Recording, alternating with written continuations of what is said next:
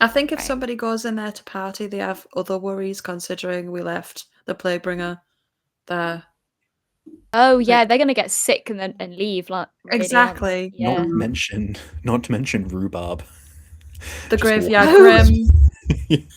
Yeah. Oh my gosh. They'll walk in, they'll see somebody else in there, and then it'll be rhubarb, and his face will just start melting, and they'll run away before they even want to squat. They're setting up the party, and then like a middle-aged bold man just comes from all fours, stands up, like Face and then, melts. scuttles away. His face melts. Oh no. And then Okay, they we're all good. start coughing. We're good. Hey, they might just call us. So Yeah, they might.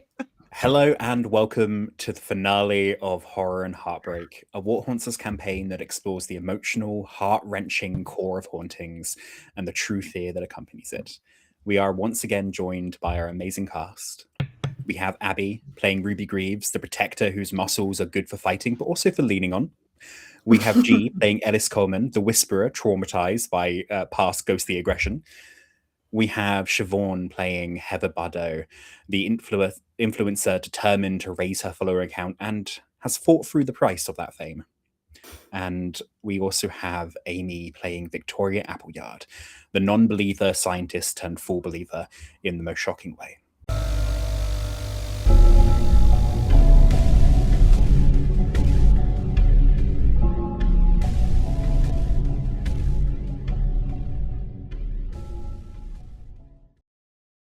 And that's where we're going to begin. In a extremely lovely hotel. You did say you were going to splash out on it. Yeah, we did. You spend some of Butler's dirty money and get yourself some comfort. A well-lit hotel, I can imagine. Yep. Yeah. Yep. Yeah. You all have some rest. And for the first time in a few sessions, if you would like to roll for some stat recovery, you have the choice of recovering one stat really well or two stats all right. Oh, I got a crit. So you roll for each stat that you want to heal, is that right? So you have if you're rolling the natural recovery, so you're doing the two, roll each. Okay.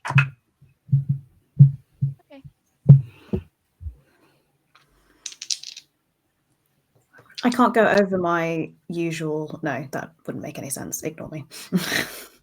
That'd be silly. But I mean, if you rolled a crit and you don't need to take the benefit of that crit, you can always take a point of fortitude instead and take a standard. Yeah. I'll take a point of fortitude as well because it feels like I only needed 2. I also rolled a crit on my recovery, and I only need 2. Yeah, I had the same as well. I like the idea that you were like you've paid from Butler's like stinking corrupt money, and you've got yourself a spa, and you are healing out spite. I'm having a massage on his coin. Oh yeah, full body massage. Yeah. You spend the evening relaxing, recovering, preparing yourselves physically and mentally, emotionally, and then gather, I'd assume, back into one of your rooms just so people don't hear you talking about demons. And I guess we're going in to your grandparents' place, Ellis. Yay. Yeah. I suppose we are. I can't warn you of what is going to happen because I don't know. It's been quite some time since I've been there, so things may have changed. The twisted man may have changed. All I know is that he was a nasty piece of work and did not like me for whatever reason. So just be on high alert, be on guard, and try and look out for each other, I think is the best. I would advise we don't ever split up alone. Okay. I mean, I don't think I would want to really in this situation. So,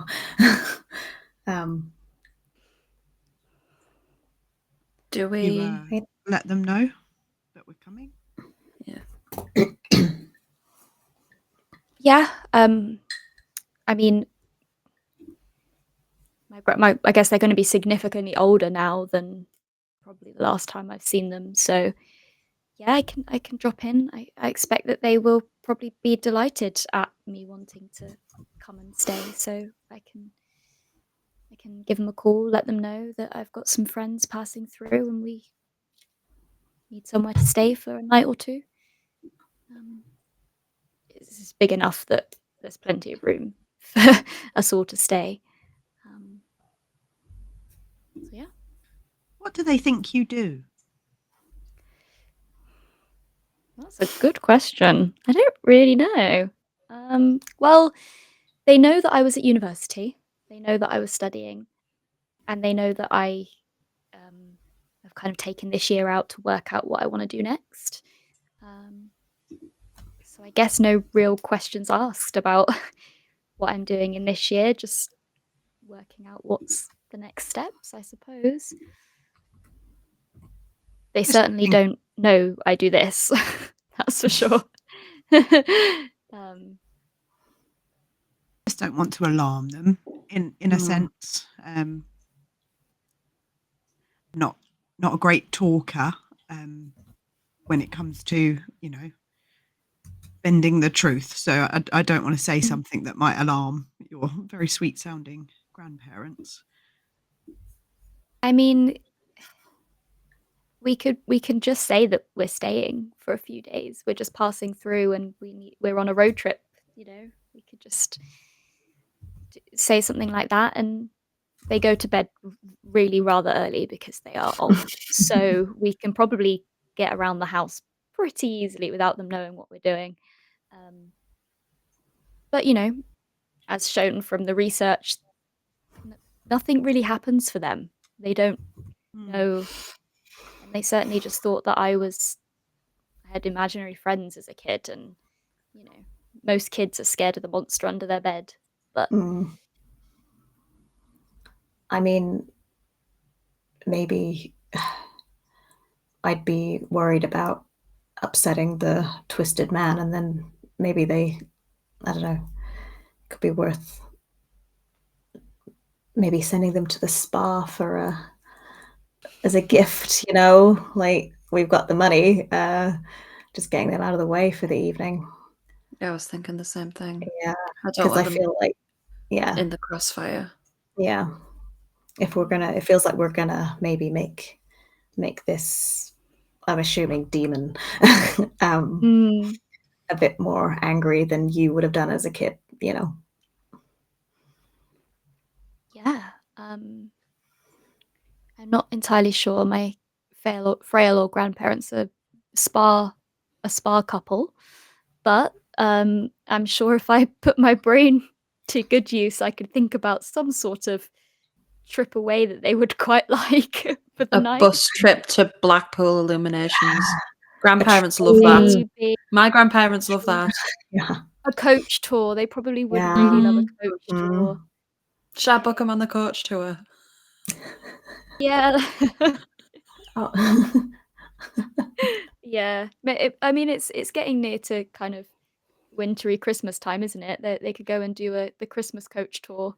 Yeah. For a night down nearby. Yeah. Okay. Cool. We'll that's our play. We're surprising them with a Christmas coach tour to go and I'm have surprised Christmas we're gonna dinner house sit. Ooh, so you don't have to Yeah. worry. Security as well. Perfect. I think this could work. Yeah. All right, you call them. I'll book it. All right. Okay. Sure. And I will scroll through my phone. Well, first of all, I'll text my mother to say, is this the right number still for my grandparents, just in case they've changed their landline? I don't know. Yeah, and you get a hope- reply like Yeah. they've not changed their numbers in in 40 years. Good. Cool. The Perfect. same Good to number know. as the 80s. Perfect. Good to know. Thanks, Mum. Kiss. And then I'll ring him. Hello? Fran speaking. Hello, Granny. It's Ellis. Ellis. Oh, I haven't heard from you for ages. How are you, dear? Oh, I'm good. I'm good, thanks, Granny. How are you? How are you and Pops? Oh, same old, another year married. Yes. How many years has it been now? Gosh, it's got to be. Well, sometimes it feels like 15, but mostly it feels like 50. Yeah, fair. Fair enough. Well, I've this is going to be a bit of an odd request, but I've just been informed that there are 2 spaces available on a Christmas coach tour. Somebody dropped out, and people are asking if I know anyone, and I was wondering if maybe that would be something you and Pops might like to do. The only catch is that it leaves today. Can you roll me a convince, please? Gold. Yeah. Oh, no, I didn't. I rolled. Oh dear, I rolled a 22. And my convince is a 14. So So, I'm going to give this to you now. If you fail this roll, they will be there during the entire investigation. yeah. Would you like to push your luck?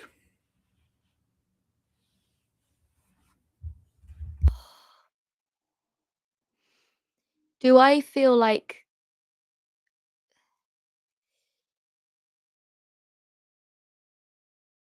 even though that's not convincing, do I feel like there's any other way that I could convince them out of the house? Or would that be pushing my luck? Would that be the pushing my luck thing? You could. You'd feel like you won't be able to get them out for something like that. The only other option would probably be the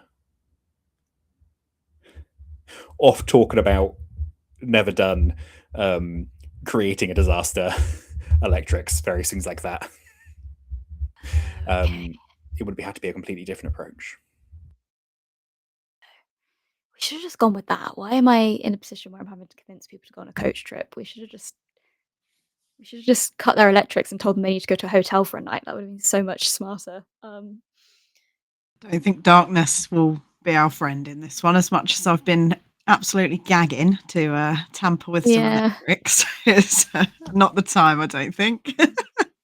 To be fair, the house is old enough, it probably runs on gas. We could probably just turn off their gas and they'd be like, oh no, we can't use anything. I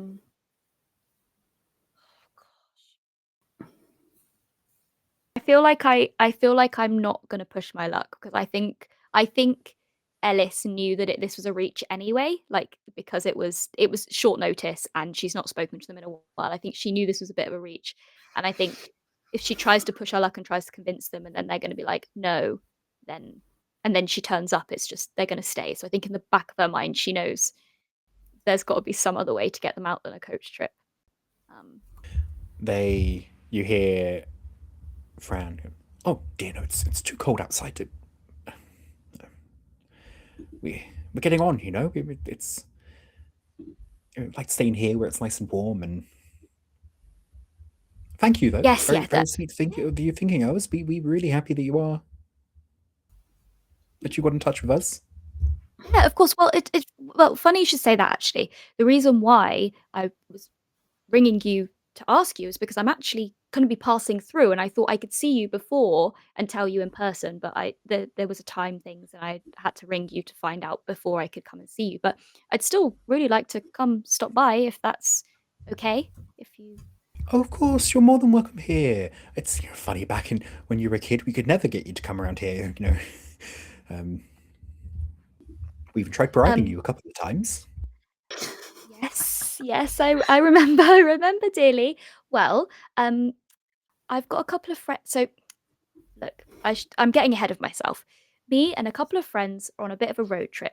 We've gotten ourselves in a situation where we found about the coach trip. Thought I'd ring you because I was going to be calling to see if you wanted to come. I've gotten ahead of myself. Me and my friends would like to come and say hi. Is that okay? Of course. We'd love to meet your friends. We'll cook dinner. I think we have a nice bottle of wine stashed somewhere. It'll be lovely. Sounds wonderful. Okay, well, we'll be, maybe a couple hours. We're just setting out on the road now, so it'll be a couple of hours. Stop in, Of say hi. course. Ben, get some food on. the good stuff. We can have visitors.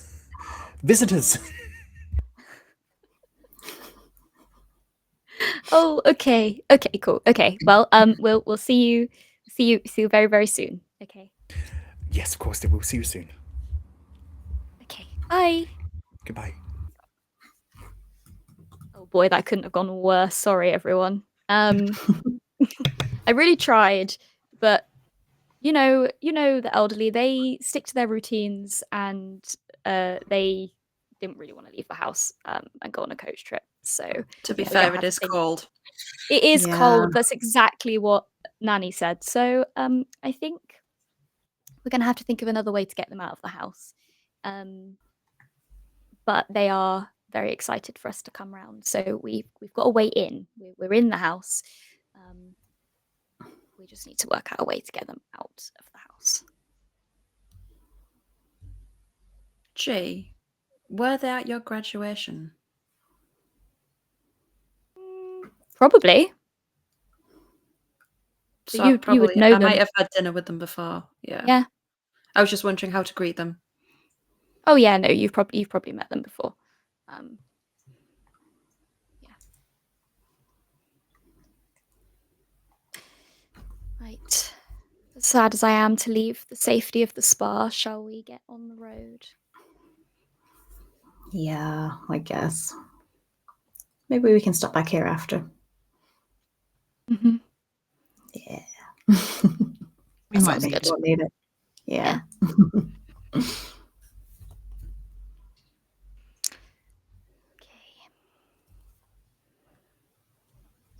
What podcast are we listening to on the way? Ooh, I forgot. Demons? No. I mean, arguably, I feel like we probably would try and find one, but knowing given what we know, but have we learnt about Bookbound yet? Have we listened to that one yet? You haven't. Thing is, we just made one. That feels. Yeah, that's what I was thinking. Since we've just made one and might have to go back to the warehouse to deal with it, it might be worth learning about it. Because we saw all the runes kind of start to form on the walls, didn't we, from the book? So Oh, for sure, yeah. I think that would be in the back of my mind that that's something we're going to have to deal with eventually. Yeah. While some ghosts are bound to the object of the book bound are those that are bound to the pages within, to the story and the feelings that the story represents. Often these are used to be authors trapped within their own work, but bookbound can also be created as a misguided act of kindness, binding someone who just died into their favourite book so they can live on within it. These ghosts become twisted, losing their sense of identity and believing themselves to be the narrator of the book. Bookbound are difficult to identify. They exert their control over the living by manipulating situations to try and recreate the events of the book they're bound to. They can do this in a number of ways, from moving things around the house, possessing people to perform certain acts. That's a problem for another day. A few things of concern in there, but we'll be fine. Yeah, essentially, if it's a fun, upbeat kids book, you're okay. If it's like Silence of the Lambs, shit's gonna go down. I mean, You continue driving. After a while, you pull up to a gateway that leads to a large kind of circular driveway. beautiful tree in the middle that kind of blocks the vision of the house. But as you drive up closer, you see this gorgeous, really old brick and granite, beautiful house.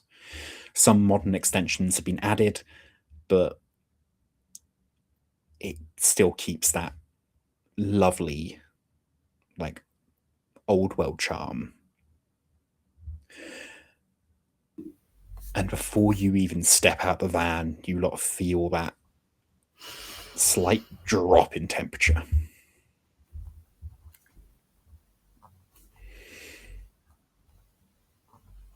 As you start heading towards the door, Ruby, your harbingers begin to scream.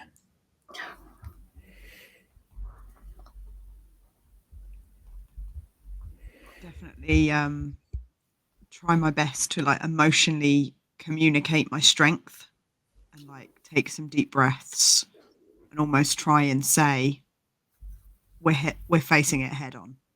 Yes, it's dangerous, but this is what we need to do. All in some kind of telepathic communication with the ghosts I can't speak to. All in a vibe. The screams stop.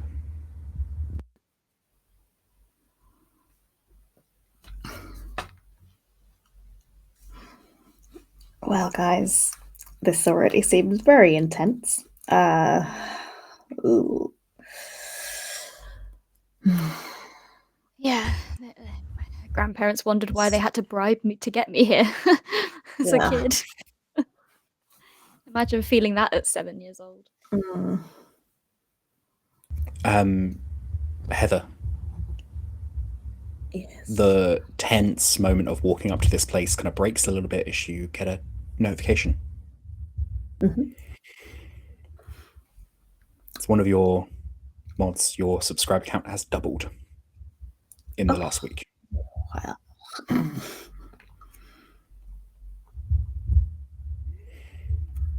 Now we know who's paying for the spa on the way back. I can't remember how many. In a minute, let's get my. I think you had a few thousand. I think that's like, was it like 10K or something? Well. I think Heather, like, as we're walking up, checks it and it's just like, oh, well, I know it's not really the moment, but my follower count has doubled. Is that like from what happened at the warehouse? I'm assuming so, yeah. Look, If you've already uploaded, over the last week. If you've already uploaded, then absolutely. I would say I feel like it was that clip of Ruby like grabbing Butler. That was like the yeah, that was it. I can imagine it is hard straight away. Yeah. But yeah, I mean, it's just breaking the tension, you know. But like I said, if this keeps going up, then yeah, make more spa days all around, I think. Anyway, if it's from that, does that mean that there's fan art? Somebody drawn fan art of Ruby? Please no. I hope so. In a nice way. I'd like to think my fans are respectful. in light of that information, maybe not to dox myself or my family, and maybe we just are mindful of what we capture. Yeah, how we capture things. Yeah. You know, maybe don't. It goes without saying, but not to capture my grandparents, not to capture anything that gives away where we are. And I mean, I wasn't intending to stream today. It'll just be for, I think, personal cataloging, you know, research. Yeah. No, absolutely not. We can go through after and work out the best footage to share, but I just don't want fan art of my grandparents on the internet. No. Right, Ellis, I don't think there's any sense in delaying it any longer, shall we? Well, you. Yeah. Okay, I'll go up to the door and very kind of hesitantly knock or like ring the old doorbell, I suppose. Depends on the situation. They probably don't have a ring doorbell, so it's probably like one of the old style, like an iron doorbell or a door knocker maybe. Or the one that goes do do do do do do. Oh, they do. Yeah. I thought you were going to crack out the Kahoot theme tune then, but I forgot it already. Being completely honest. But that'd be great also.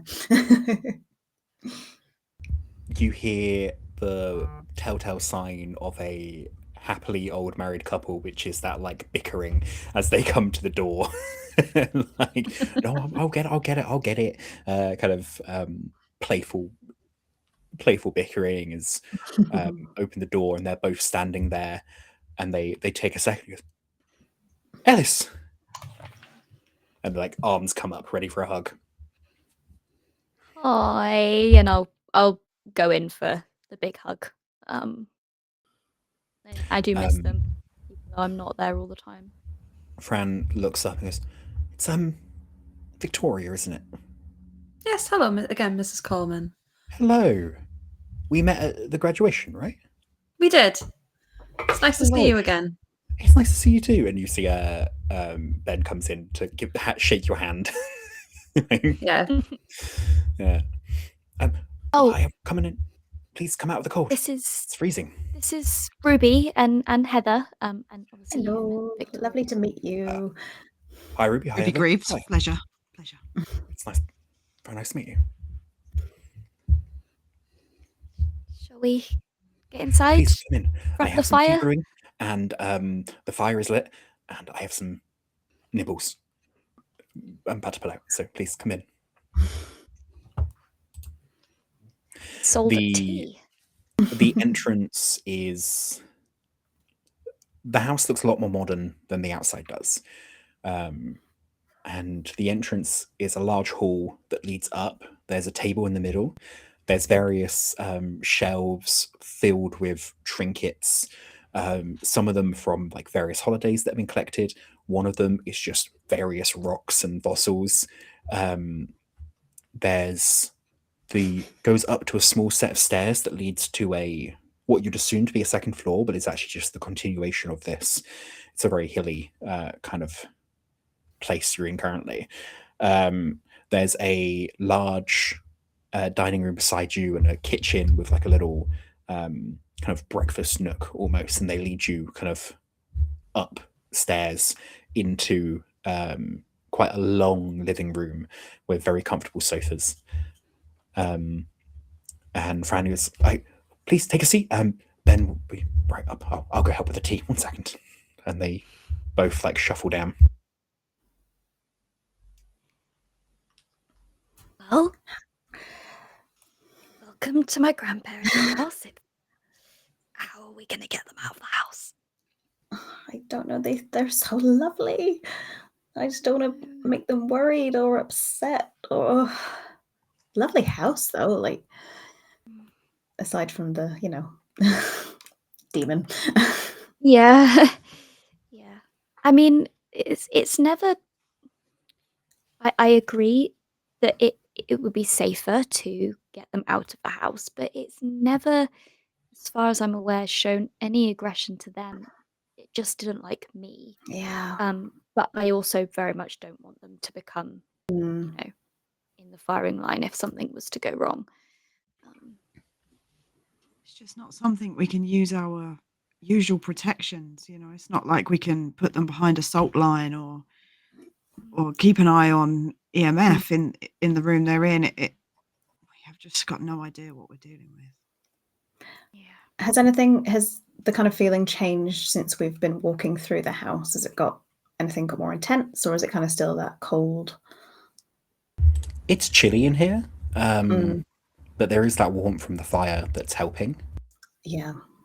You'd get the sense that it's not as cold as it's outside, but crossing the boundary into this property felt a shift colder. Can I kind of get out my EMF reader? Not obviously, just kind of a little look and then put it back, because I don't want to again, if your grandparents come in, I don't want them to be like, what the hell is that? You bring it out quickly, and there's a very faint EMF, mostly around Ruby. So I'm just assuming that's just my guys. harboring. Yeah, okay.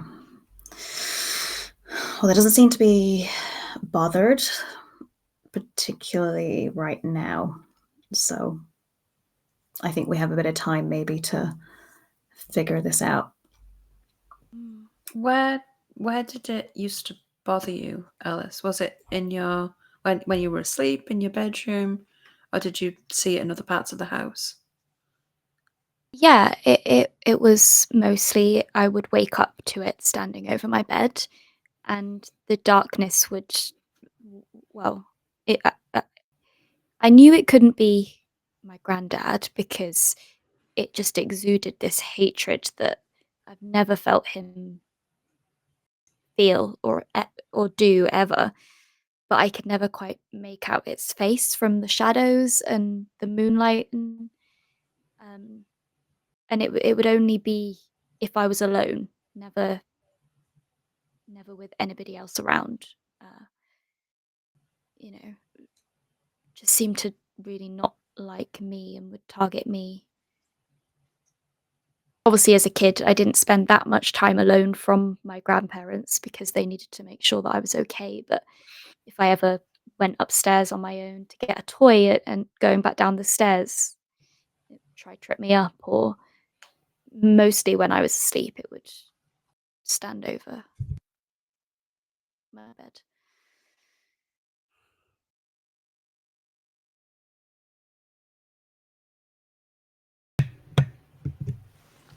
Okay, I'm wondering whether it's worth us checking your old room.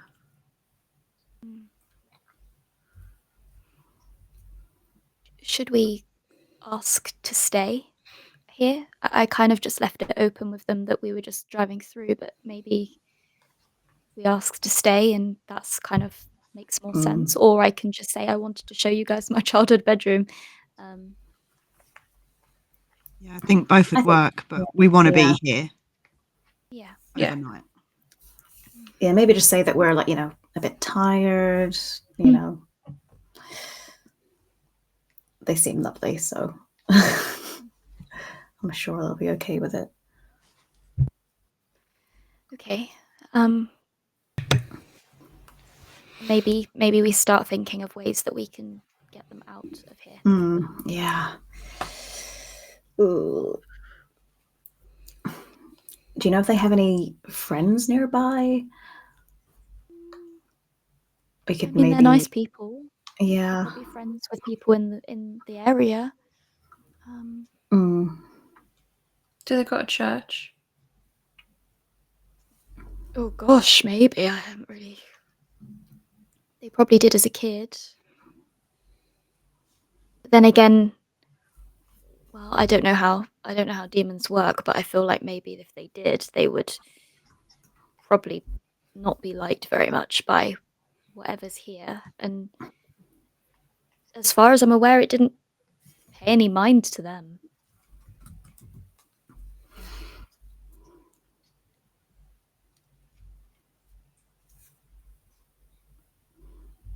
Okay, tell them we're stopping the night. We'll go from there. Yeah. Okay. As you say that, they come back up with a large tray, multiple teapots and mugs, and they put them down and kind of sit around. Please, we have caffeine and we have decaf. I know it's getting quite late. Thank you. Oh, you're very. Any friend of Ellis is a friend of ours. You have a lovely home. It's beautiful, so cozy. Yes, it's been in the family for a while now, quite a few generations. Of course, this one would, pointing at Ellis, going, would never wanted to come here, quite spooked out by it. Old houses, random noises. Mm-hmm. As you all know, she's quite an imaginative one, so...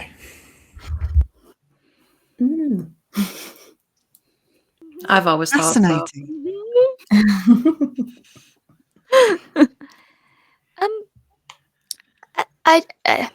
It's getting late and it's very cold. Do you think maybe we could stay the night if it's not too much trouble?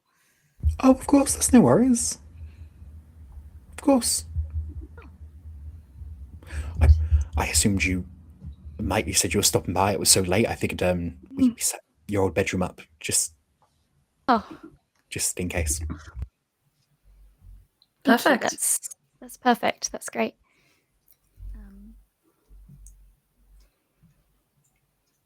Amazing. Well, shall I show you guys around after we've had our tea? Kind of familiarize yourself. It's easy to get lost in such a big house. I would love a tour. All the nooks and crannies in here. It must be fascinating. You have your tea. They mostly tell you stories about Ellis when she was younger. I all think the embarrassing stuff. Yeah, I think Victoria will tell PG stories about uni as well for them. Oh yeah. See Ellis shrinking into herself. More and more embarrassing stories come out. Like you can tell that Ben starts laughing a lot more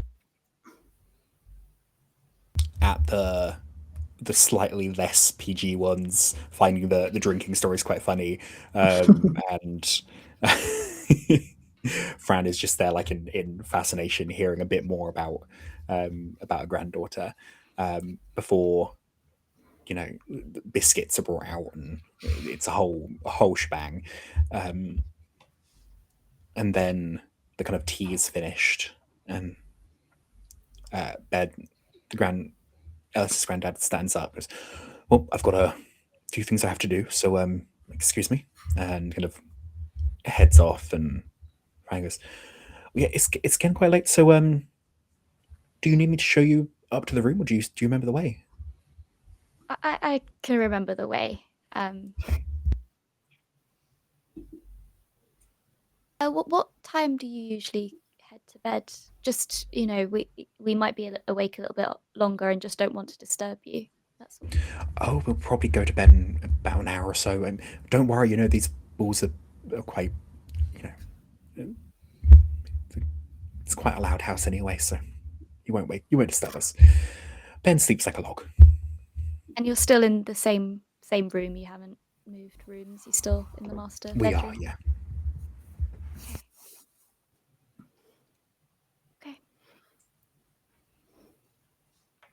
I guess I'll look at the rest of the group. Yeah. Should we grab our bags and head up to the room? Yeah. Maybe make a plan of action. Take them upstairs. You go up the stairs, and down the corridor you see a couple more rooms, and then there's a tiny flight of stairs that lead up to the kind of that side of the house. And Ellis, your old room is right by then. You see like a bathroom next to it, and then the doorway into your old room. Do I feel anything as we're kind of getting closer to that room? Dread, probably. Yeah, aside from dread, do I feel any like reoccurring feelings of whatever was here from back when I was a kid? More so than like how weird it feels for everybody, I guess. Can you roll me a soul roll, please? Just a flat soul? Just a flat soul. Okay. I'm obviously very, very on edge being in this house because I rolled 2 12s. So I rolled a max. It's very fitting in the accumulating dread rules means that the dread is increased. Yep. getting rid of those dice because that's 2 11s and 2 12s I've just rolled on those. It's like, I'm getting rid of these dice. They roll too well. Yeah, any other game, that would be great. Mhm. I think the narrative's telling the story. The dice is playing along. It's starting to work. You feel a very intrusive sense of nostalgia that you don't like. It's that you can feel that it's fake. You feel the anxiety kind of welling up, that like you did a lot to escape this room you're about to walk into willingly. And then there's that horrific underlay of nostalgia that you feel has been placed there.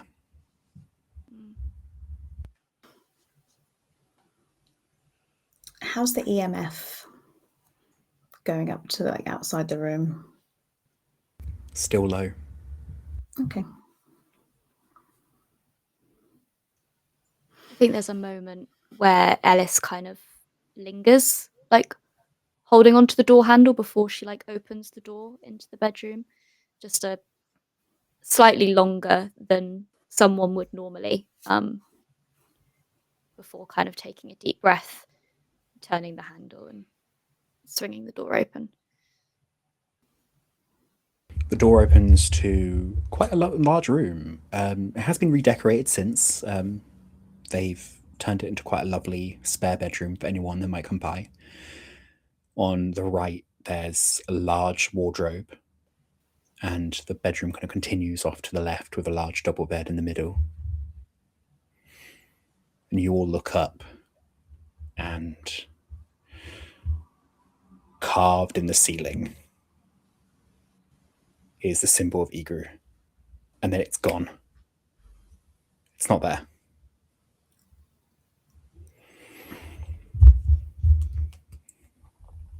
You did just see that, right? Yeah. Okay. Yeah. Good. Not Yeah, good, I mean, but good. It's the one time I didn't have my camera on. That would have been handy.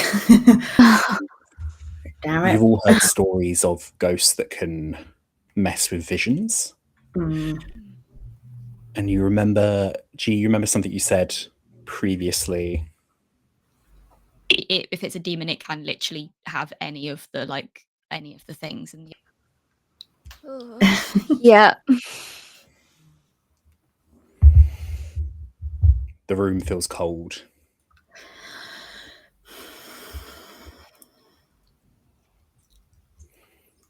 Oppressive. But Ruby, a little bit of the hope is there. Your harbingers aren't screaming.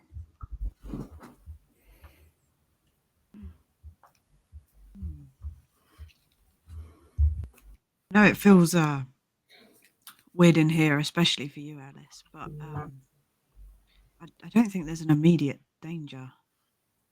The usual alarm isn't ringing. Put it that way. Is it Okay. is it possible for demons to suppress spirits? I don't know. You would think. It's reasonable. Just thinking if it's a powerful force, then maybe it drowns out the other forces, like a giant wave instead following small waves.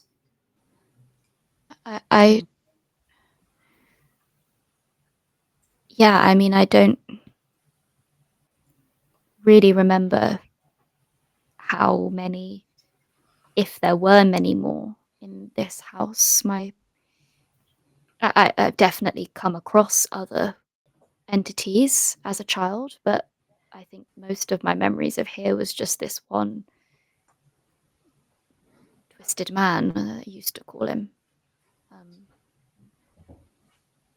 I just don't want it lulling us into a false sense of security. Oh no, there's no, yeah. There's no way Are that's you saying, Victoria, maybe they they haven't followed me like they usually would, or they're being held back, maybe. Or maybe their voice is suppressed in somewhere. Maybe the energy from them is being drawn somewhere else. I don't know. Demons are not my speciality, I guess. You do Ellis, can remember you feel them? something you remember Siobhán saying. Is a demon controlling a spirit? Right. Hmm. I love these callbacks. So you think your harbingers are maybe being controlled by what's ever in here to make us feel like we're safer than we are? Is that what you think, Victoria? That's what I'm worried about. Okay. It would be smart to stop them screaming. I mean, it I worked. think what we're dealing with is smart. Can you feel them, Ellis? I can try and tap in and try and see what I can feel. I will warn you though that I am very on edge and I don't seem to be able to focus here. So I'll try, but I can't promise anything. Sort of put my hand out and take yours and just sort of guide a breath between us. Okay. What would you like me to roll to try and Spirit tune roll, in? please. Okay, that's higher, so we've got a better chance here. There we go. That's a 10, and my spirit's a 16. Thanks, Ruby. Ellis, you do remember one happy kind of memory here, at least. You remember a few. When you first tapped into your Whisperer side, you remember there was a grey lady here. Well, which you now recognize as probably a grey lady that you used to have tea with. And with that roll, I'll say in the little table set up just past the bed, you see the faintest outline of a ghost sitting at a table. But that's the only presence you feel in this room. Okay.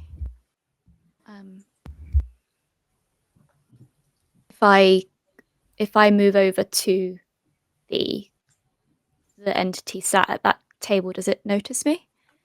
Does it react?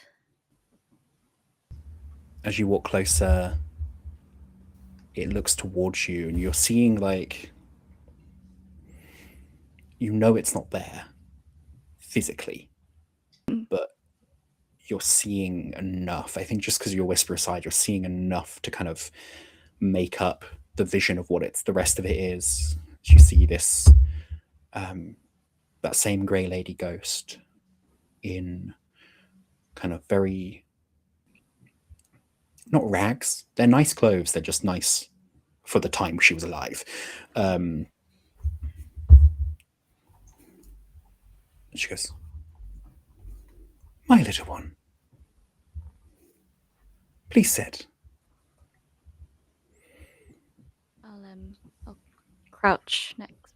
Did you say it was like a little desk with one? A little table set up. Okay. Like a desk, yeah, but there's chairs. I will sit next to her and I'll kind of just give the others like a reassuring nod that I'm okay.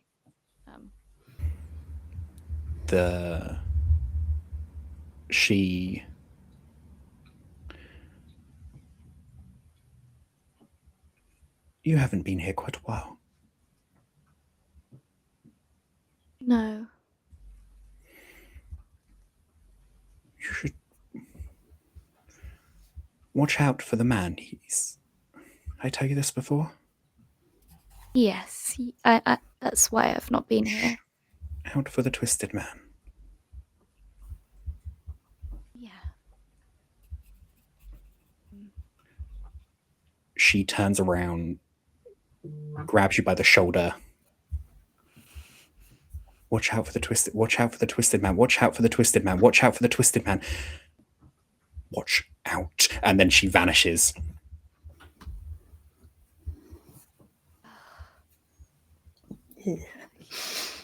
Okay. Yes.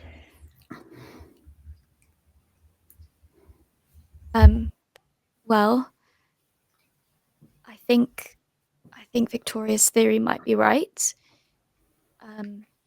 I couldn't feel your harbingers. I could, however, feel the spirit of a grey lady that I used to, one of my imaginary friends, I suppose, have tea with. And she very clearly repeated to watch out for the twisted man. One other thing you notice. You've come very adept at recognizing the marks of a spectral ghost. There's no ectoplasm around here.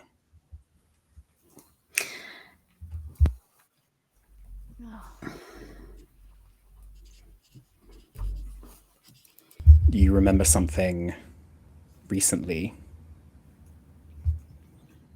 The only other thing is maybe if there's some ectoplasm. If we see any ectoplasm, maybe. Amy. Yeah. I'm going to send you something. If you could read it out for me, please. Okay. Are we ready? Before you read that, you will think to one last thing you remember. The last time one of Victoria's assumptions was pretty correct. But that doesn't mean that it's not a demon messing with us. Yeah. Can you please read it out for me, please? What most people get correct is that demons run by a strict set of rules that they are bound by. What isn't known is what those rules are. The reason for this is that the rules for demon hunting in the modern day will be different for those hunting in the Regency era. The expectations of those living help shape the rules the demons must follow. It should be that you help construct these expectations and rules. Whilst running a campaign, write down any expectation or assumptions your players have about demons. These will build the rules the demons must follow if they appear. That's so fun. So cool. Oh, I love it. Sorry, this is all my fault. Oh,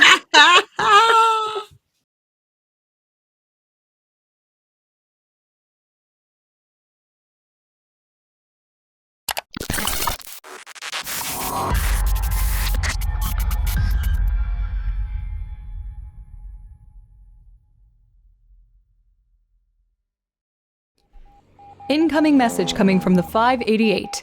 Good morning, recruits.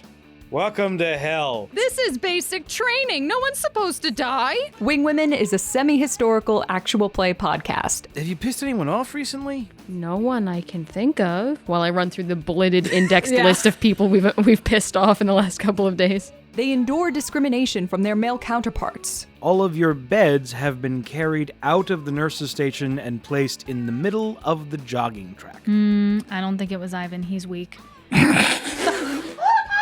Against this bitter setting, our four motley heroines gain the chance to experience queer joy, gender euphoria, and equality for the first and perhaps the only time in their lives. How obvious am I being? See, I've kind of always thought that there is a level to some of us in this barracks that's visible. Have you been using the word shenanigans? I've been experimenting. Where did you learn that word? Until the next mission, this is us, signing off.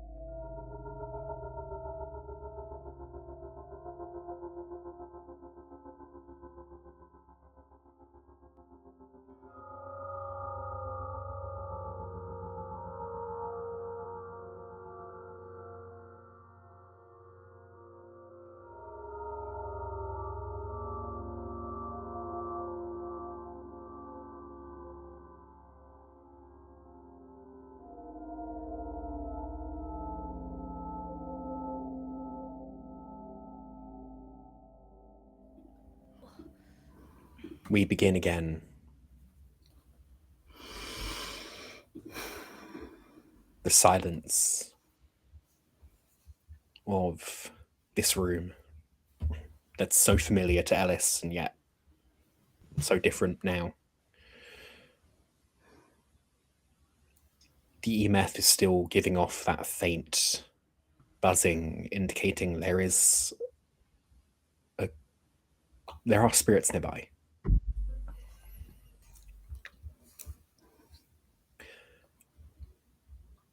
And you know from your own assumptions that demons don't give off EMF.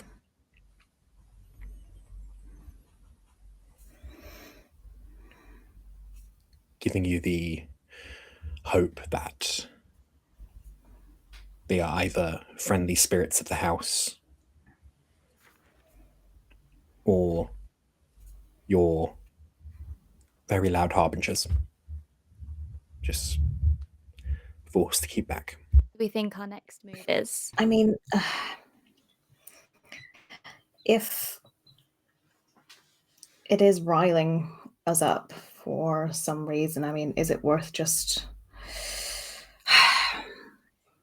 playing into it? Not the whole way, but just to see. Because I think the problem at the moment is that we just don't know what it wants, aside from something to do with you, Ellis. I mean, I'm not one. Huh? Carry on. No, I was going to say I'm not one to poke the bear, but I think maybe we have to. Shadow Butler did say that we should talk to it. Yeah. So what was that we said earlier? Or I don't know if we said it or somebody said it to us or it came up in our research. Something about all you have to do is let it in or talk to it. Right? Yeah. This house has been in your family generations. Mm-hmm. Someone's let it in or talked to it. Mm-hmm. Well, Ariella, right? Yeah, because the first owner of the house went to the same Winnie. convent as In my Ariella. notes. Yeah, that's right, Winnie. Winnie went to the same convent as Ariella. I've got Winnie the First, as if that's like her name. Winnie the First of her name. Formal title. Do It is now. Do I know? Do I know of anybody in my family named Winnie or Ariella? I Like, would is that a need name a that I? law roll, I'm afraid. Is this? I like these dice. That's an Never 8, mind. and my law is an 11. It's a very old. If they went to the same convent as Ariella, and if they were responsible for gaining this house has been in your family for generations, hundreds and hundreds of years. But you do distinctly remember someone mentioning a Winnie.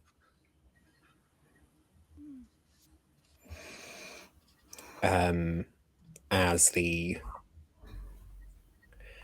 kind of, as a bit of like a wild child, maybe kind of, it's the kind of thing that older generations would have created the idea, like would really have loved the story of a woman who left their entire family, their like convent, and managed to buy a house and like start her own life in the same way that they wouldn't like any of their the women in their family doing it. It is a story that has been mentioned to you, not often.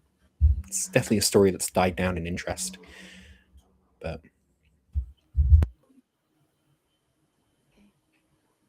Well, I think maybe I'm related to Winnie in some way. The name rings a bell. Some sort of wild child in my family that kind of bought the house. And Winnie's connected to Ariella, right? We established that. Yeah. Do we think that maybe Winnie and Ariella welcomed whatever was in, and obviously Ariella didn't survive? Yeah. I mean, do you reckon your grandparents would know about her, or not? Maybe, but it's hundreds of years ago. It's yeah. I wonder if anywhere in the house, things have been passed down, photo albums, yeah, records, birth certificates. Family Maybe as in old as yours. In the attic, like proper like horror movie. Yeah. Victorian attic. Ooh. I mean, there's no harm in checking it out. Just with a view Ariella was. You go. Yeah, just to figure out what it wants. Did Ariella and Winnie promise something, or this is a long game? He's been here years, generations. And why you? It's not only been here generations, but it's been quiet for generations. There was nothing in my research that brought up that it was doing anything at all until you were here, Ellis. Maybe you bear a really striking resemblance to Winnie, and the demon's like, it's you. And it just seems to think you're her, and it didn't like her, maybe. Just a wild theory. I don't know. Also, the fact that I have the abilities I have. I mean, no one in my family. You saw on the forum, my parents thought I could speak to ghosts. Like, it's not commonplace in my family. We're not a long line of whisperers that are proud of what we do.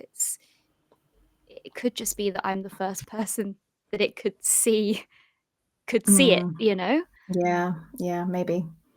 And maybe that makes more sense. Yeah, it's angry that I'm not doing what it wants. Ariella and Winnie did something, and I wonder if maybe they didn't finish what they started, and it wants me to finish what it started because it knows that I can. Yeah. What that is beyond me. They must have promised something.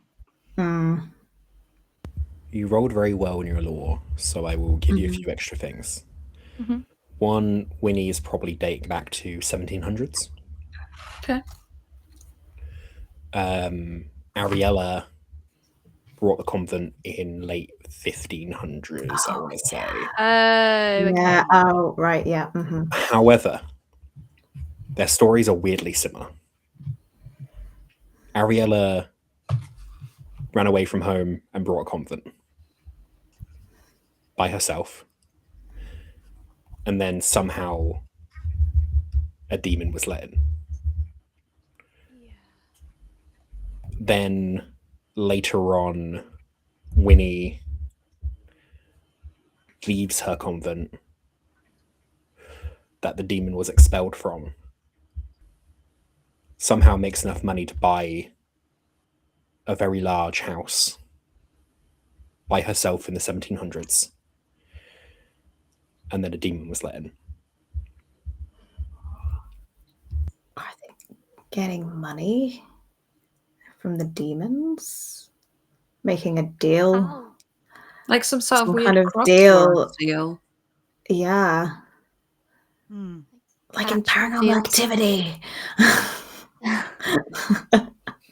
Are we saying that actual deals with the devil? Is that what, like...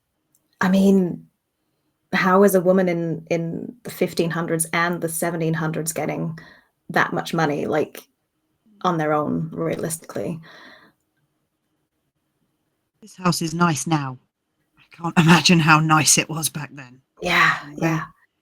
It's probably also, like, in terms of relative money right now, it's very, very cheap in comparison to how Yeah, much we'd pay yeah. right now. But in terms of how much they still spent, the it was crazy. time. Still a lot of money, yeah. Yeah, But I the mean, it's the woman in, nicest in the yeah. area still. Yeah. So it must But I have been mean- back then.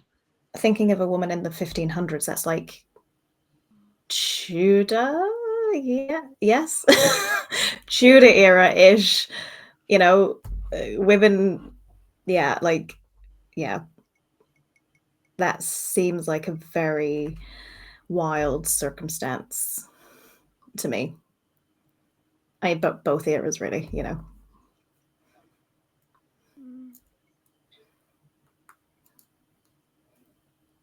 Is anything happening as we're talking, or is it just very much like quiet on the Western Front? Quiet on the Western Front.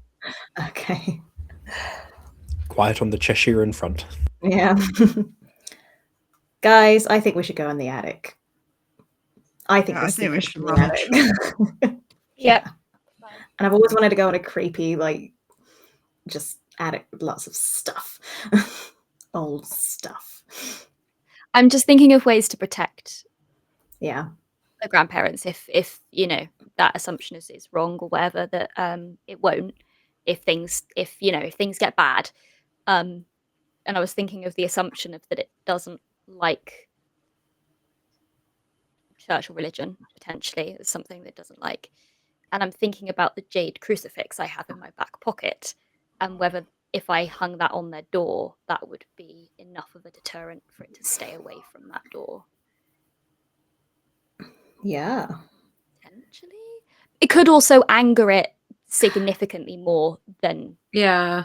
Because I think us it says shooting demons down. don't like church goers, so I mean, it's not really. It can't- It's not exactly evidence that it knows that they don't. Also, I need to keep it on me. I forgot I need to keep it on me because this is the one thing we have that we know is tied to it, and if I'm going to use it as a binding object, I need it. So I need to Ellis. keep it on me. You remember something Siobhán said? I can recite the Our Father if we need to.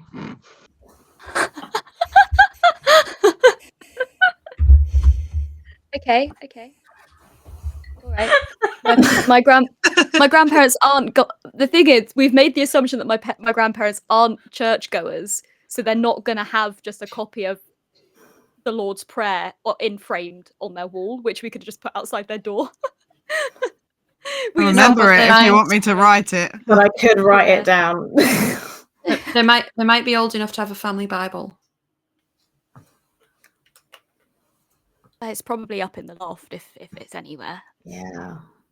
Let's just go to the loft. Let's take it as it goes. Let's go. Come on then. You head up to the attic. A large set of stairs that spiral upwards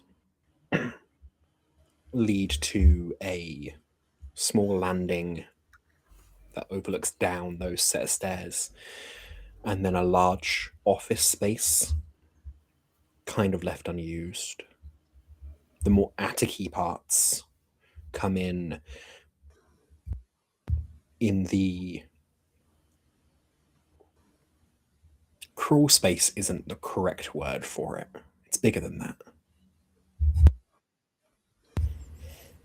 But the large attic rooms to either side of the office span down across the length of either side of the house. Just big enough to kind of duck through. For the shorter amongst you, probably a good crocking of the head. For the taller, I can imagine Ruby, it's more of an actual bending down. Used to an army crawl.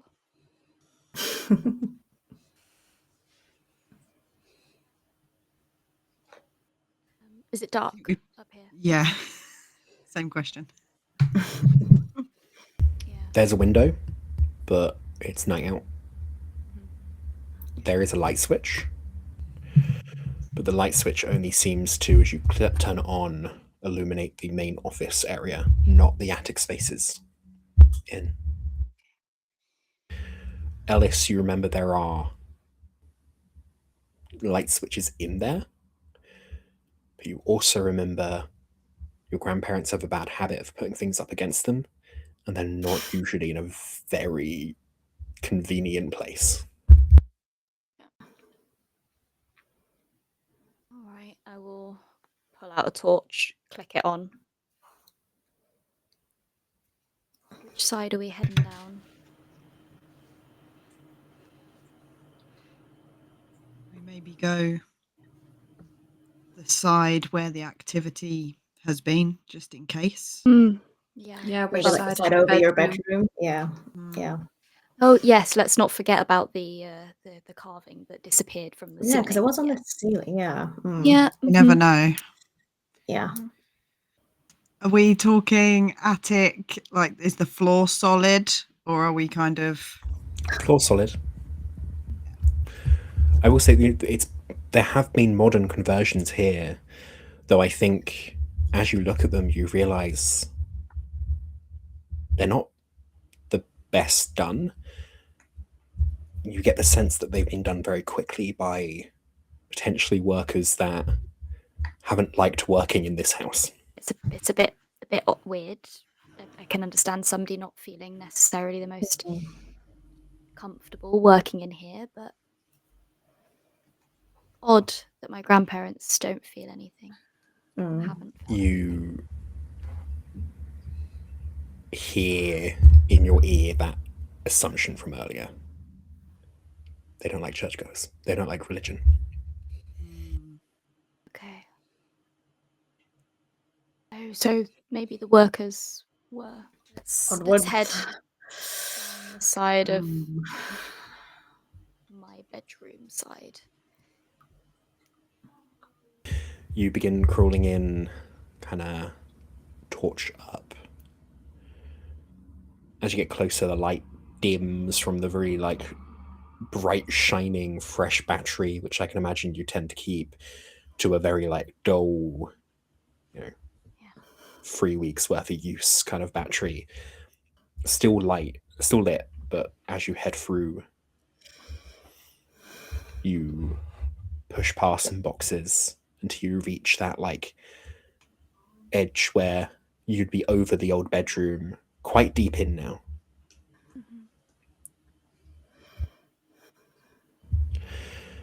And there's the kind of wooden floor that's been laid on.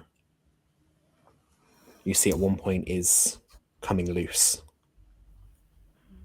likely from where the corners have been cut, both figuratively and literally. I kind of will shine the torch down at the floorboard and kind of Ruby, do you think you can lift this one? Try and do it as carefully as possible to not make too much noise first of all and startle anybody. But yeah, maybe just find that loose edge and just pry it up a little. I won't make you roll. You've got muscles a day, so you kind of just lift up enough, and you see the lining underneath, but you see something underneath it. Silently, I just look around. Yeah, I think Heather's definitely filming at this moment. It's again, just in case it disappears again. Again, Ellis, this is just for us, You don't have to explain yourself. Yeah, I just wanna make sure. I think at this point, approaches with the camera, I pull it a little more so you can get something solid. Yeah, I've got my other hand firmly on the jade crucifix that's in my back pocket, ready to kind of if I need to pull it out. Torch in one hand, and on the other. Does it look like it's been recently carved? Does it look fresh, or does it look like it's got dirt and dust and? Oh, this looks old. Caked ware. Okay. This is the original. It's part of the original parts of the building. And as you kind of move it aside, you see that symbol that you're used to. Yeah. But this one doesn't vanish from sight. It's not huge. Definitely not the size of the one in the warehouse. but without even needing to make you roll, you feel the sense that this ritual was done correctly. So it was done. Are there any notable differences?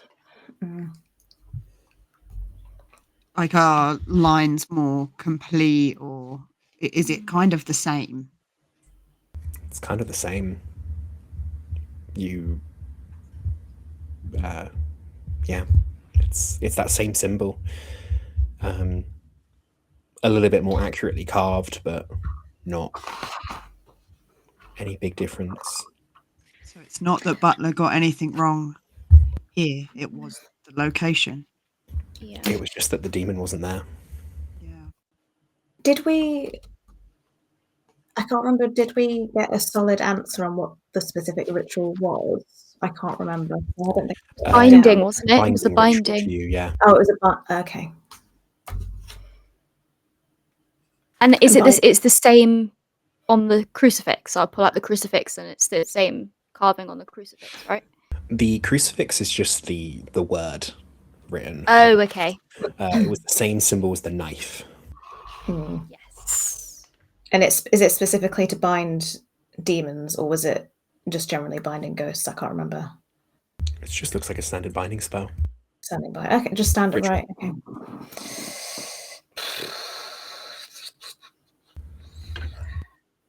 Not so standard. You don't tend to need to carve into things to do it, but it is a method. Yeah. Okay.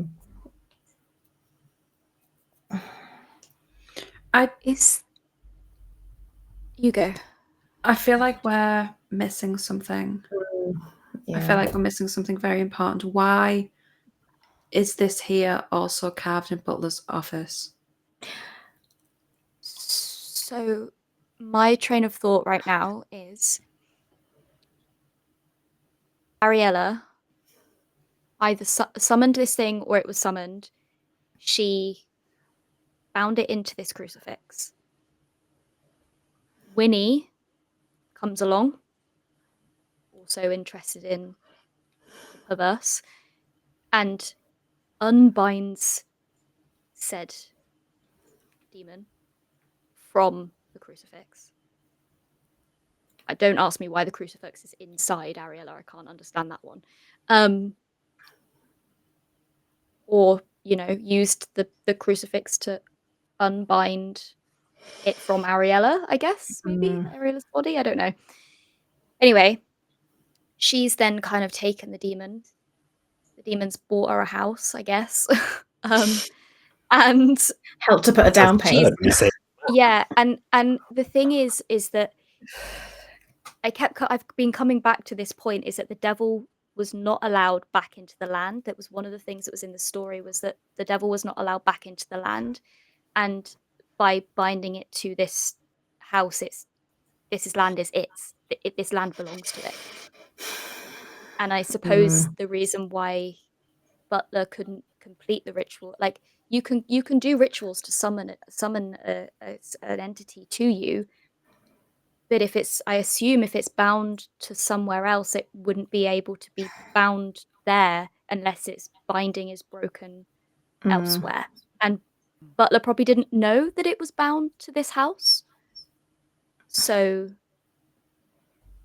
that might be wrong, but that's where my brain is right now. I just think that it's a big coincidence for Butler to have tried to summon specifically this demon. Yeah. No coincidence. No, that's the piece that I'm missing. How did Butler get that kind of information? Like, I know that information was his thing, but this seems to have been in place well before he interacted with you, Ellis, us. I also don't think it was the crucifix. I think it was the dagger, because the dagger has the binding symbol written on it. Do we know how Ariella actually died? You don't. You remember from the book, she took the demon inside herself. And then did somebody stab her with the knife with the binding symbol on it? There was there was nothing on her to suggest that. No. I think I asked, was there any way, Yeah. like anything on her bones or anything to suggest that she had been like attacked or she had like hit her head or anything? Okay. There wasn't, other than it looked like the crucifix had been like placed forcibly inside her. I think it was like, I think I'm Yeah. right in saying that. Yeah. Yeah. Yeah. Because I think we thought that she'd got stabbed with it, happened. but the wounds weren't like. No. It wasn't suggesting that. It was just She like a was post-mortem, I guess. basically skeletal at that point, right? Like there's Yeah. it was that inside a rib cage, so So it could have just been placed on her then and fell in potentially. Yeah. as she rotted. Okay. Yeah. You do sense one connection between your free loose ends. Money. Yeah. As soon as you said it, Victoria, I was thinking, how is Butler getting all of this money? Deal with the devil. This shadow company, this Yeah. this I guess- chain of money we couldn't follow. And maybe they were trying to bind after it got a bit too maybe demanding of them, or the deal got sour. Perhaps. But actually, Butler didn't seem too mad. He seemed quite willing to work with the demon. Twisted man. You all listened to the podcast that one time on Darkness Ghosts. They're Darkness Ghosts are, demons. yeah, they're bound to demons. Cool. Ugh.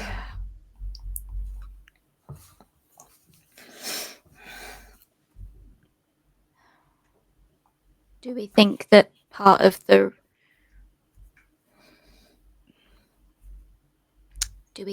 part of whatever this demon wants requires a human sacrifice? Ariella, Winnie, Butler. We actually didn't find out how or when Winnie died. No.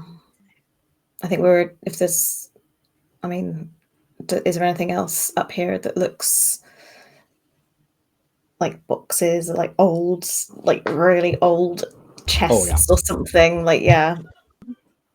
So much stuff in here is like just stuff that should be in a museum. Like it goes back ages. I'm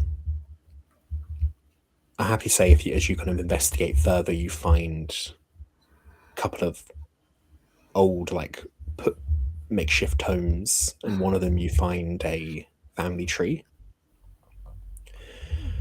of starting with Winnie. Just heading down. The myths never tell of how Winnie dies, which would make you think it's not that interesting. Yeah. She had kids though. Yeah, she was old enough to have children, so She settled down. in this house. So I don't think if the demon killed her, it waited for her to have a full family. Yeah. Maybe that was part of the deal. Mm-hmm. Maybe the Can deal everyone roll was me a she mind wants. roll, please? Yeah. Everyone. Yes, please. Okay. Is this a attempt at a possession? Not a possession. Okay. You can use your I fortitude crit. if you want to escape it. A critical crit. Hey. Knocking my post-it notes on the floor. I got a 13 and my mind's a 16. Hey. I got an 18 and my mind's a 10. Oh no. I'm gonna save the fortitude. I'm gonna take this right now. I got a 15 and my mind is a 11. Who to start with? Ruby, Odds or evens? Oh God. Odds.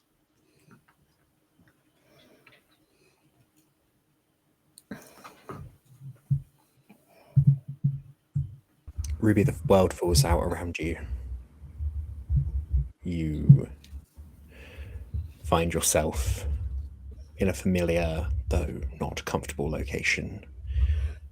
The sounds of, well,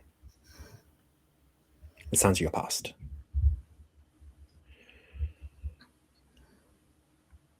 For the first time since that day, you don't feel something behind you. And it's scary.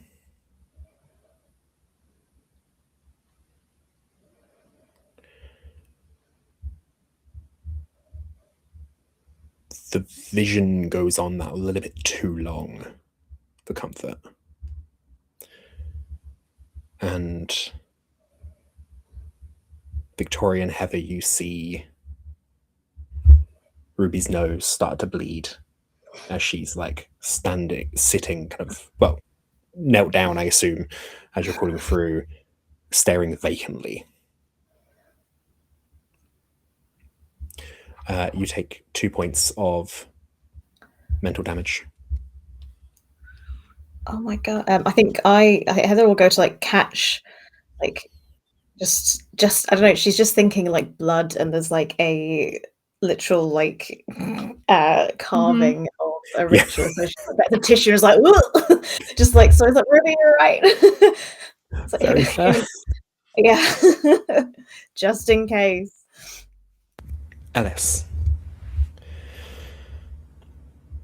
Yours starts off a little more serena, the comfortable dark, the nostalgic comfort of your grandparents' house before it all went wrong.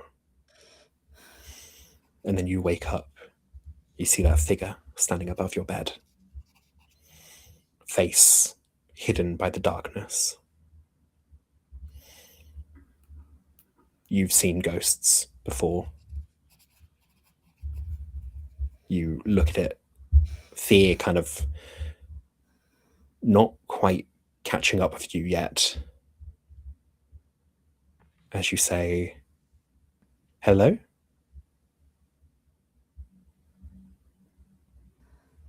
You don't have to talk if you don't want to.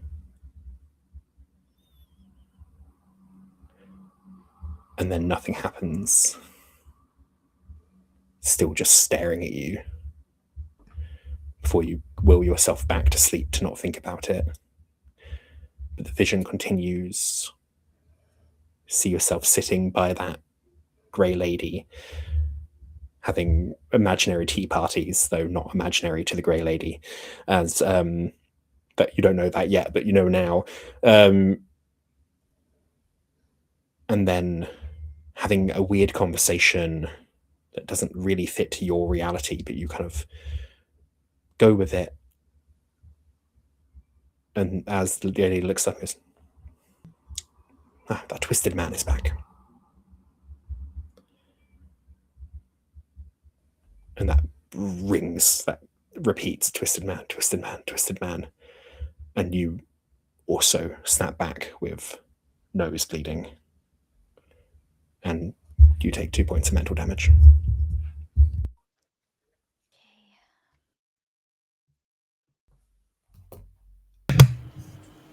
What happened? Are you two okay? Are you? I think I'm me. I think Heather's just like, I think Victoria pinches Ellis. I think I'm me. I think you get a sharp pinch on the arm. Oh. Yeah, I think something's trying to get in. Just memories, just replaying memories.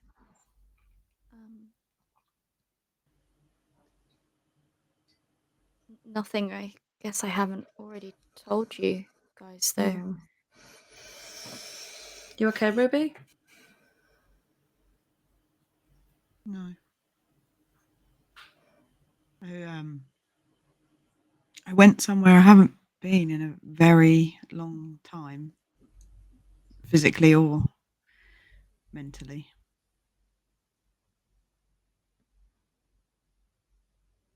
How does it know to make me think of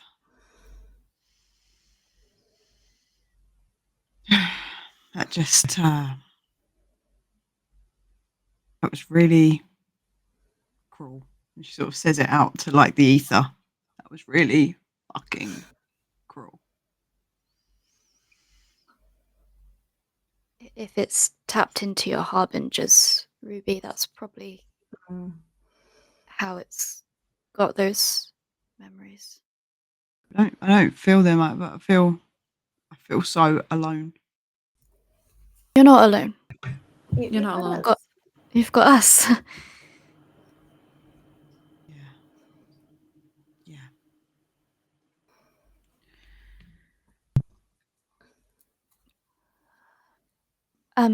It might be nothing, but one thing that stuck out to me is I had a memory of the tea party I used to have, much like I just had about an hour ago downstairs with the Grey Lady. She said the Twisted Man is back. I don't know if that's a reference to that he can leave. That would maybe suggest why Butler could interact. Huh. Or if it just means he's back in the vicinity of her and he was at the other side of the house. It could be nothing, but it just was interesting to me.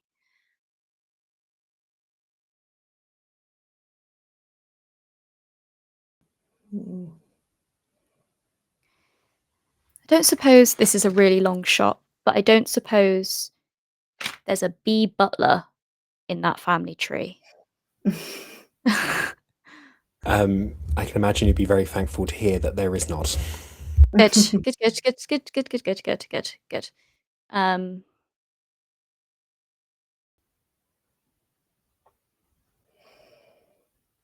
there anything else in this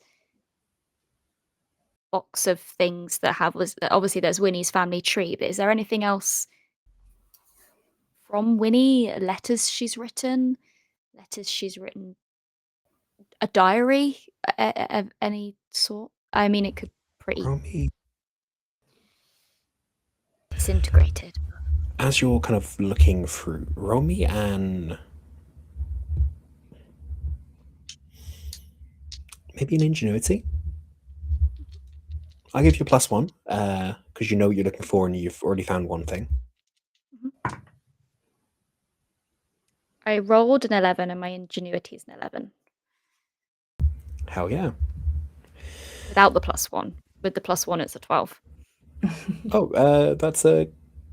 No, because it's ingenuity. Yeah, I got you.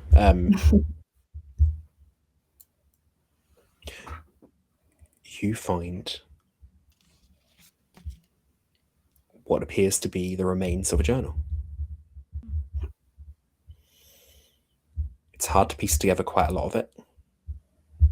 Bad handwriting, not enough time, and very poor paper stock. Not to mention time added on.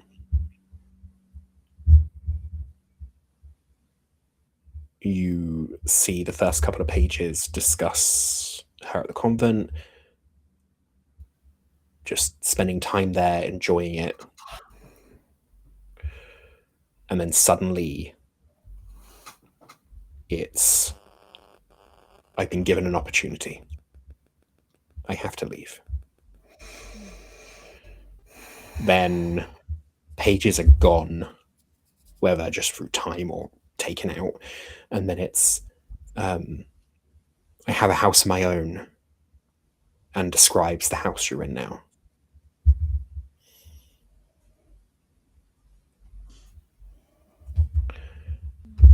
They...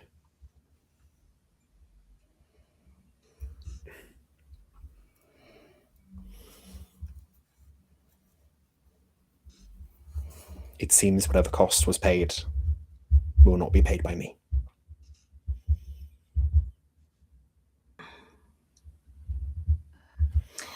Oh.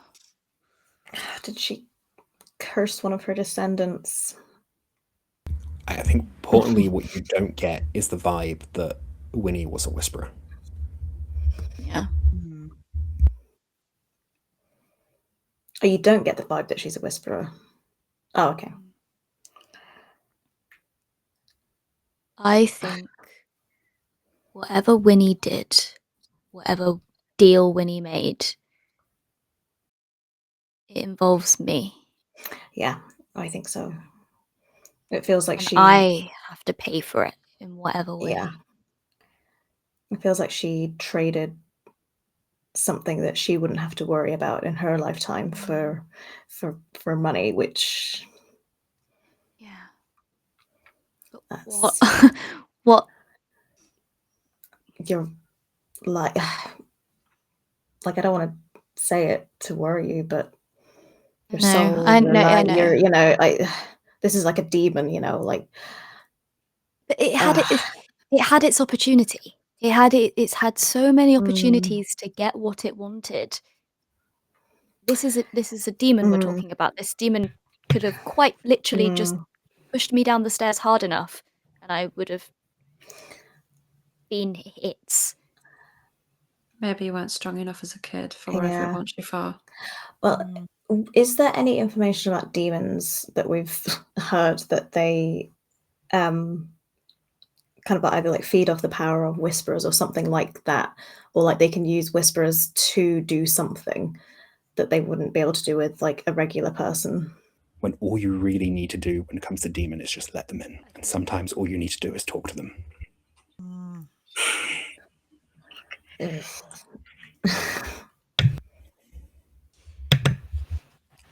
So how's that gonna work with somebody that can't be possessed by demons?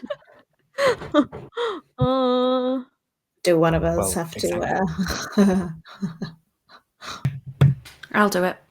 volunteer? Wait, no, Did you speak to it as a child? Surely a child's curiosity would say, "Who are you? What are you doing here? Hello?" It never responded though. But did the Grey Lady, because we assumed that it can possess other ghosts, so you might have been talking to She it. said the twisted man's back. Back in control of. Yeah. Back Maybe. in her. Yeah, maybe. presence. Yeah. Victoria, I appreciate your offer, but I'm not about to let you get possessed by whatever this is. It's not.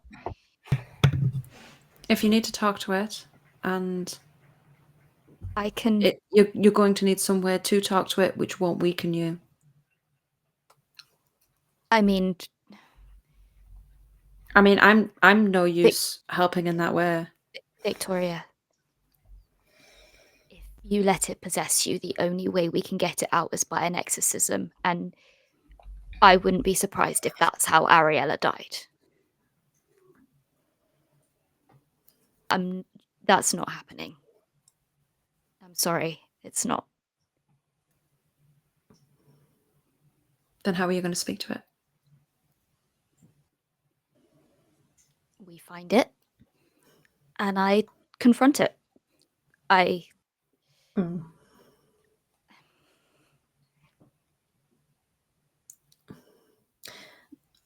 shall we go down to the bedroom again? Because I feel like we've got everything we need from the attic, and feels like it was comfortable chatting in your room. Unless other people were there. That's what I'm worried about. You said it only came to you when you were alone. Yeah, I did. I'm regretting everything I said. Right? Well, there's no harm in trying, and then if it doesn't, we can step outside with the door open. Oh. I guess that's what we've got cameras for. Yeah. We can be in the hallway looking. I don't like it. No, but yeah. I don't either. Do I remember just going on this theory that, you know, maybe the other ghosts were, you know, controlled by the demon in any way or possessed by them, like double possession or I don't know. Do I remember if I was ever having a conversation with the Grey Lady that like her demeanor would change or she would change, or if like some interactions with her were not the same, that would give me the impression, thinking about it now as an adult with the experiences I've had, that was probably what was happening, as opposed to a child going, she's just a busy old lady that doesn't have time to have a tea party with me right now. She would often go stern, but you get the sense that she might have been a nanny of some kind, a matroness. But at no point do you really remember her going full twisted man on you. If anything, she was always quite willing to spend time with you, but you get the sense maybe that's because she thought she was taking care of you. Yeah. And and thinking back on it, I would now not think that that was potentially the demon, the twisted man. If the twisted man could present himself to me as a child, I wouldn't get the impression that he would then present himself as a Grey Lady to me to interact with me. It's fully in the abilities as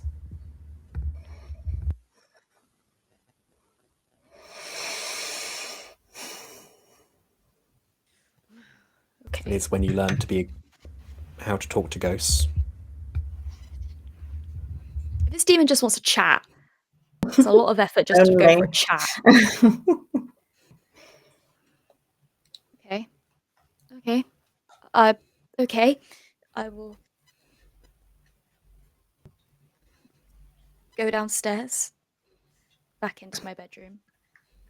I'll sit myself on my bed, and I'll just kind of speak out into the world. Come on then. If you want to chat, here I am.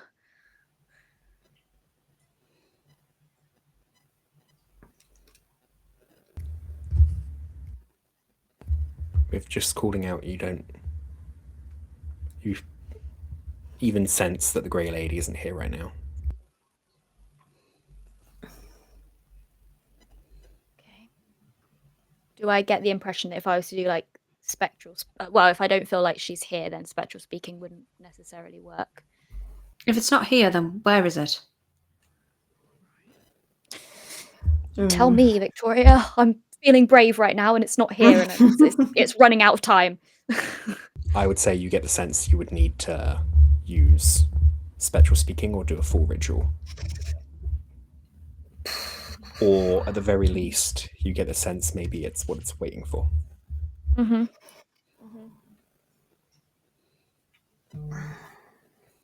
Oh, so do like the ritual we did beginning. I don't know. I think it might have been even the episode 1 where it speaks through me. Yes, so you can either do that or you can do spectral speaking. You get the sense that it's waiting for a proper connection.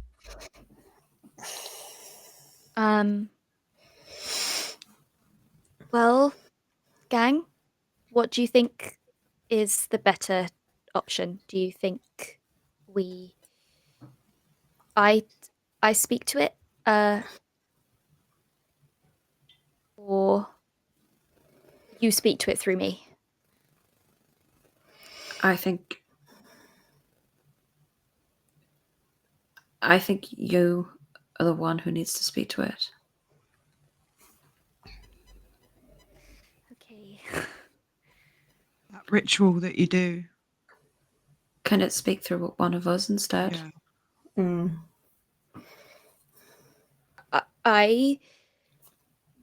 I'm not going to let that happen. If I let it speak through me, I've got some protections in place that will allow it to not possess me. If you open yourself up to that, you don't have those same protections that I do.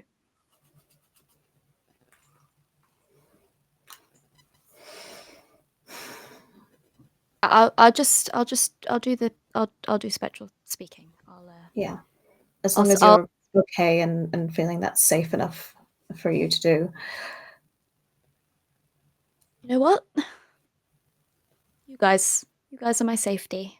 I feel safe to do these things with you. So,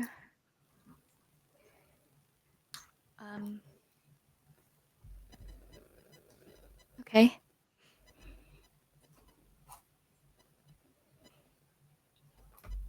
I will close my eyes and I will channel into that kind of waiting feeling. And I will try to do spectral speaking. I'll try to grasp onto that anticipation, draw it closer. Please make me a spirit roll.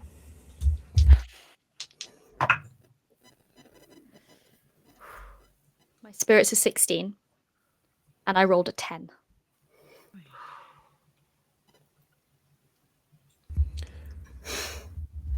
You do not have your spirit soul stat reduced. You feel a connection click into place. All of you see as darkness seems to rise out of the ground like a mist. The light just can't seem to permeate. That leads... Do you say you're sitting on the floor? I was sat on the bed. On the bed, okay. Kind of goes up to everyone's knees. You feel that connection's there. What would you like to say?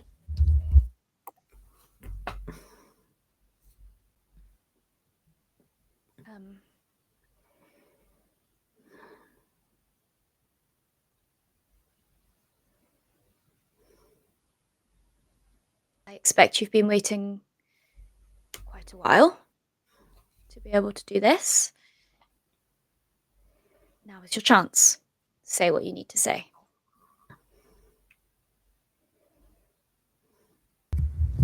Lights begin to flicker. You hear something in a language you don't understand, like a deep depth. And then you will see as an arm comes out of the darkness and goes for Ellis's face. You feel it hit your face as if something is trying to either drag you out or drag itself in, but it does not work, as you are immune to demonic possession.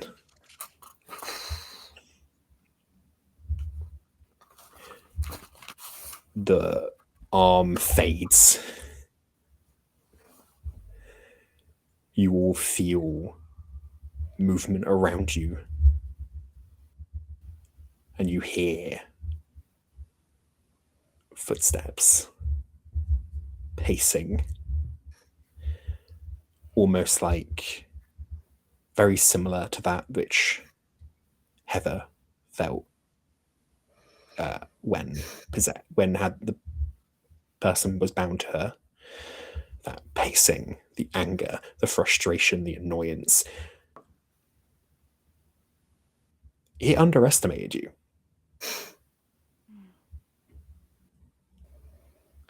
And then the wardrobe starts coming off the wall, falling towards you all. Can I get you all to roll me a body roll, please? Me as well. Is there any way I could brunt it and just take it on myself, move it Tell you away what. from everybody else? Roll me a body roll. Pick, can't you? Yeah, good. 9. My body is 18. I'll allow it. You go in, you like brunt it. Can you roll me another body roll? I just want to see how much kind of you're affected by that. 13. What's your body again? 18. You're absolutely goddamn fine. You all see as Ruby, this is a big old built-in wardrobe that has been like torn off and has fallen towards you, and Ruby just goes instinctively. Ruby, wow. That's what I'm here for.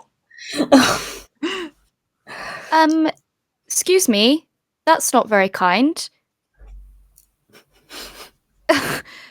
I've opened up a dialogue and use your words, please.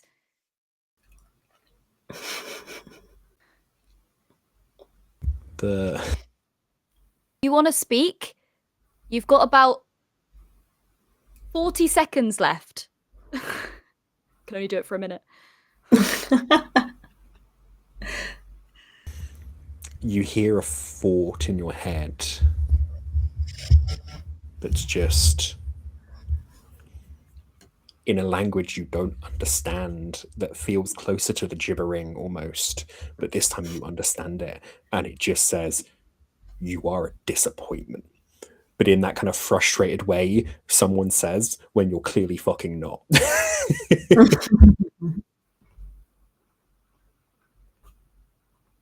Okay, I think that they would look at me, like, hear that in my head, and be like, instead of trying to put me down, why don't we get to the bottom of what's going on here? I've had enough of this. You've got 35 seconds left. No, wait, yeah, 35 seconds left. What do you want with me? Was Winnie's doing?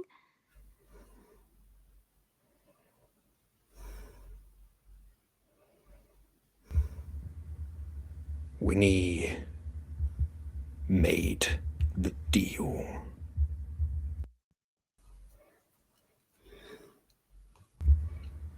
You spoke to me. I am owed.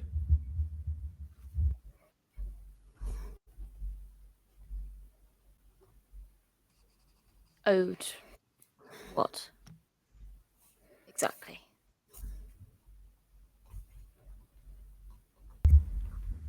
Escape.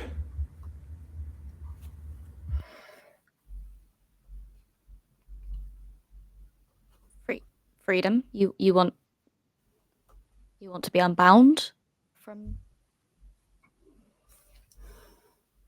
the house? Is that the deal, that you give her what she wants and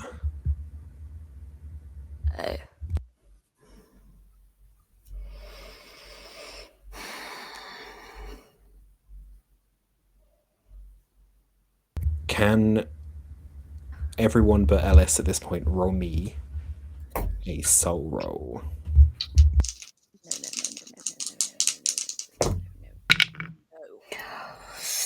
No.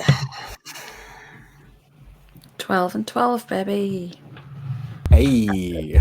16. My soul is a 15. No. Similar story. 13. My soul's a 12. Ooh. Well, the good news is it can't possess both of you at once, so... Exactly. Or can it? GM question before this happens. Yes. If I know that if I know that I assume Ellis assumes that this demon is bound to this house, do I know if binding it to something else will work or not? do I need to unbind it from the house before I bind it to something else? You've previously bound something that was possessing someone, I believe. So I can see that is something you can absolutely do, kind of transfer of binding almost.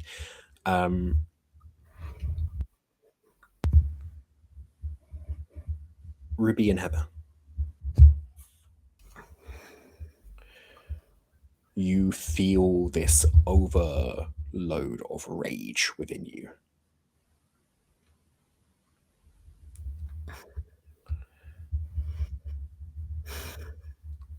Can each of you just give me a number 1 to 3?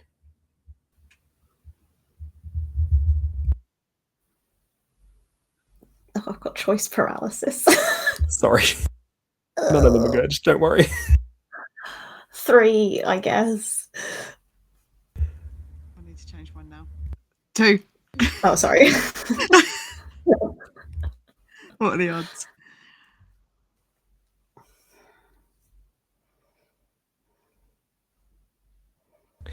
Ruby. You come overloaded with a jealous rage over the fact that Ellis is holding that crucifix. And you get the sense that you would do anything to get that in your hands. Heather, the anger that's been poured into you is too overstimulating. And you are unable to contain it as you fall to your knees, shaking and reacting badly to it.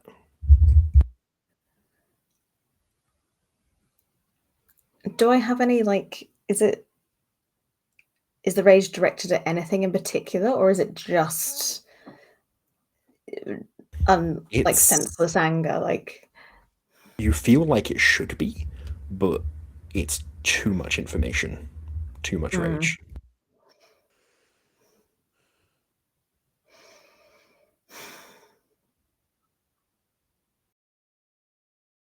Obviously, I don't know what Ruby is feeling, but do I see these, like, do we see these changes in? Obviously, we'd see Heather drop to the floor, but where is it? Are you holding it? Well, it's still in my back pocket. Weirdly staring at your ass.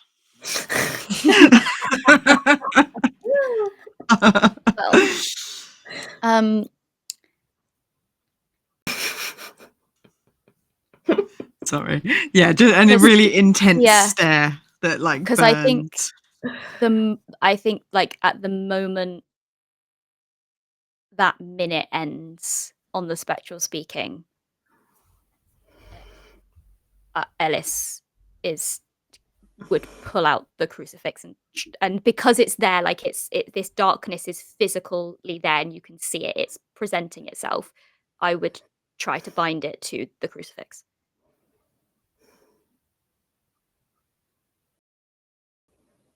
I think it would be like a moment of like, nah, you terrified me for my entire childhood. And these 3 have helped me through that more than you would know. You are not taking this away from me. And just like try to bind it to the crucifix. I know as soon as I pull it out, Ruby will. Very proficiently. Ellis doesn't know that. Yeah. Almost like practiced movement, like comes over like in like a kind of robotic way, and like a really practiced disarming maneuver with like both hands removing yours and trying to take the crucifix at the same time. Can I get body rolls from both of you, please? While this is happening, Victoria, you've shrugged off a lot of what's been happening, quite luckily. Ghosts might be real, but maybe demons aren't.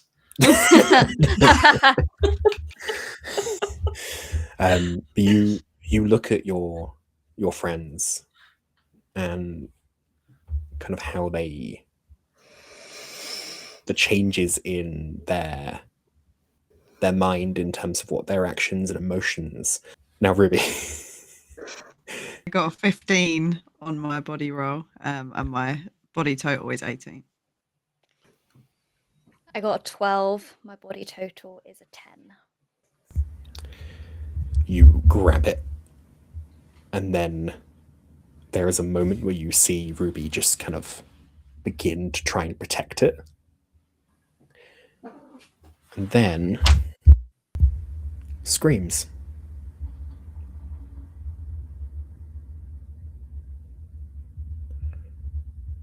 Ruby, you hear the screams again. You feel them.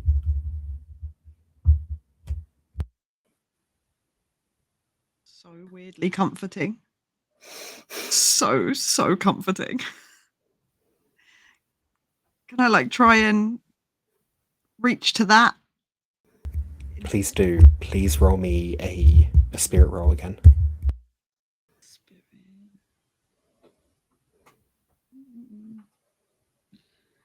Do these so Can I give Ruby an extra +1 to that by like screaming at her like, no, Ruby, don't listen to me, fight it. I need that crucifix, like screaming at her, like, what are you doing? Because I don't understand, like trying to reach through to her in some way.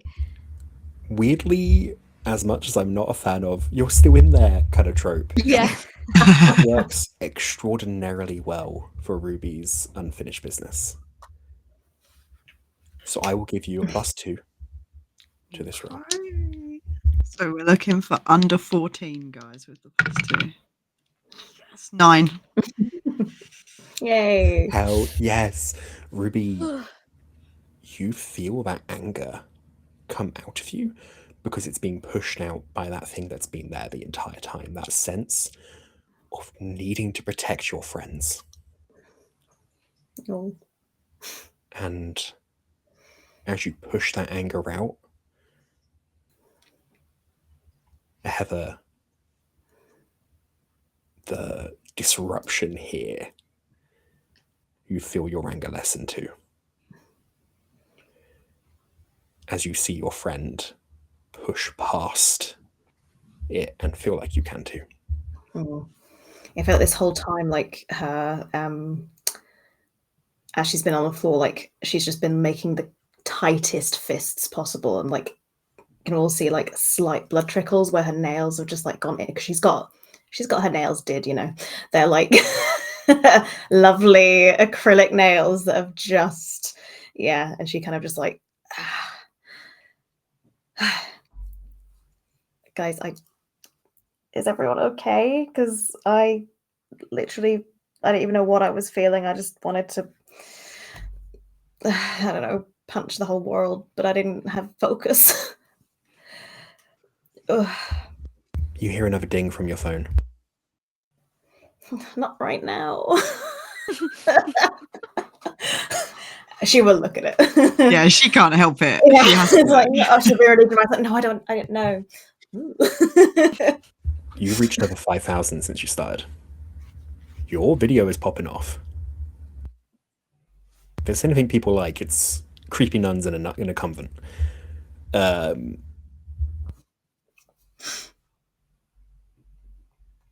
Is this just from that like one video of Ruby being amazing? It's helping. It's definitely helping. Viral moment, you know, love it. 25k. Well, The hashtag strong women is going around now.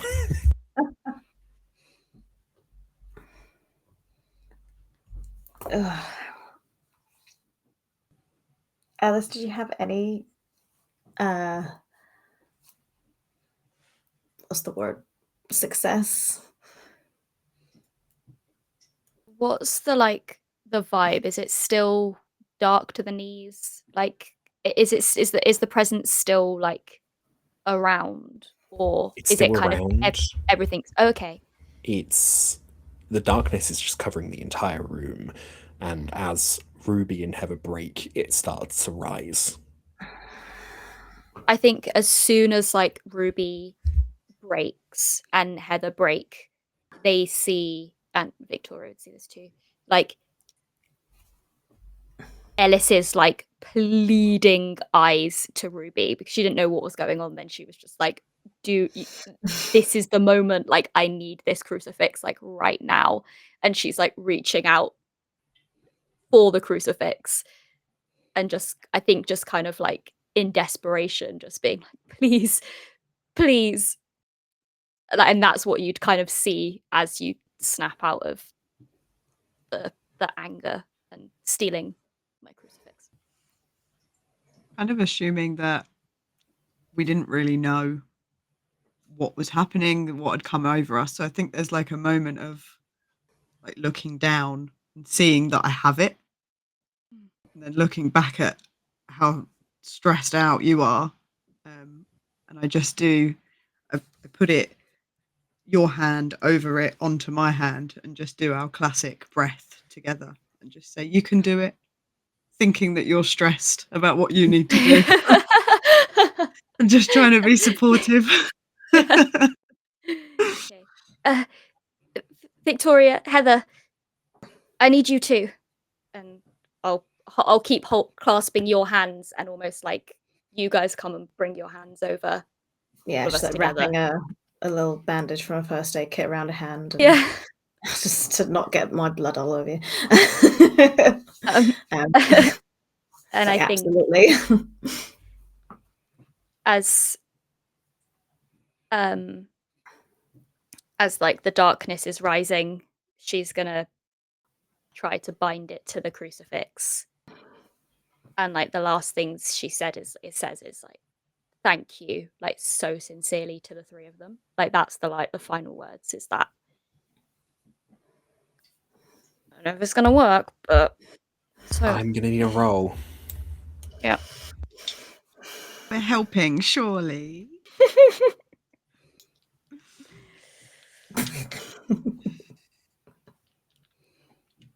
Yeah, for sure. You get a +1 from the helping others. Sorry, I wasn't. Okay. I didn't click that. My brain was just like, this is such a wonderfully cheesy finale for such a horrifying scene. Friendship. It is the friends we made along the way, guys. Yeah. Don't say that to Samuel. Oh. No. I rolled an 11. Is it spirit you want, or soul? I believe this is straight soul. Doesn't matter. My soul's a 13. I rolled an 11. Lovely. Your soul stat is reduced by 4.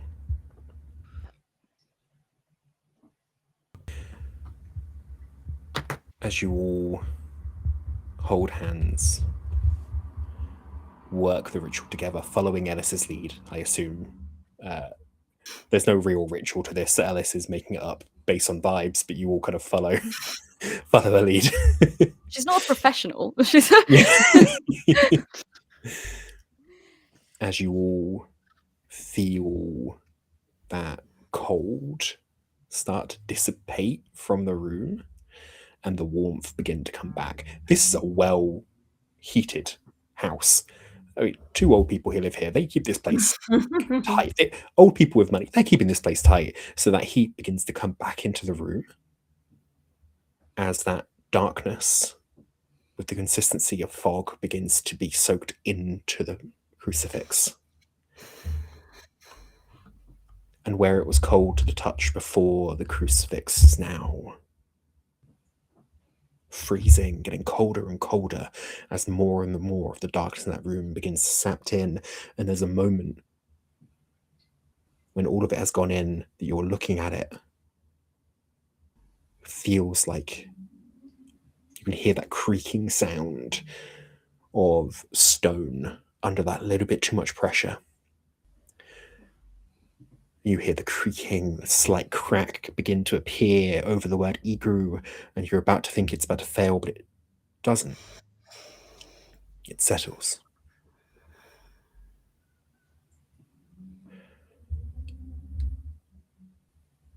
And the house feels just that little bit more empty than it did before. But that nostalgia, that gross little like bit of nostalgia that's been placed in your mind, Ellis, is gone. Though maybe replaced by a new bit of nostalgia from when it was before this entity began making itself known. The rest of you kind of breathe in deep, that like sigh of relief. And there is that little bit where you all feel the difference. You're not usually as connected to the spirituals as Ellis is, but you feel that. The complete difference between the figure's presence and the figure's not being there. Is everyone okay? Yeah. You? Yeah. I feel good. Guessing it worked? I think so. Yeah. The only thing is, what's next? Victoria, Yeah. do you think you could research what to do with the object that has a demon inside of it? Purely for the fact that it was probably bound to this house and it still managed to get out. So We could throw it to the deepest part of the deepest ocean. Mm-hmm.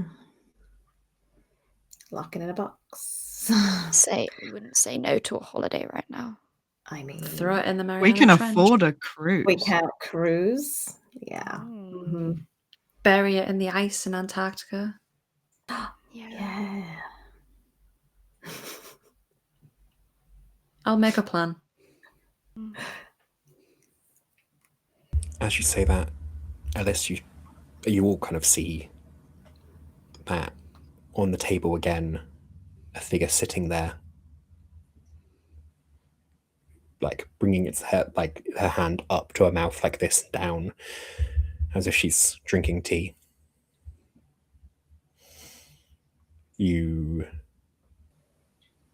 And then you feel two other presences that you've kind of been around you, three other presences that have been around you. But Ruby, you feel a bit more closer this time. And then you feel something wrap around you. Like a hug.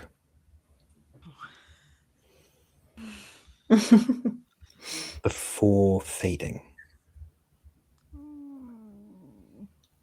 Sort of like this has always been that way to connect, like she's always felt them behind her. So as she feels like the pressure of the hug, she kind of hugs herself. And as it starts to tug away and start to leave, she really tries to grapple and like hold on. There's a second wave where it kind of comes back again, but it's you feel their unfinished business is done. You've proven more than anything over the last few weeks that you can protect yourself and others. Kind of simultaneously like pat myself on the back at the same time as patting to say, you go. I think seeing you hug yourself, Victoria's just going to hug you. And then she'll gesture to the others for the others to come in as well. Oh, all right. Okay. As I'm in the hug, I'm going to say, Victoria, do you see us at the table? I do. Would you care for some tea? I think we could all do with a round of tea. think I'll drag Victoria over to the table and sit her down with the grey lady. Sit down myself and kind of gesture the others to join us. I can imagine Ruby puts the wardrobe back. Oh yeah. While Ruby has been like holding a wardrobe up. You all head over to the little table. You can all see the silhouette of the grey lady, your imagination filling in gaps where there are many. And then she looks and goes, "Oh, Ellis one, you haven't been here for so long." Brought some friends.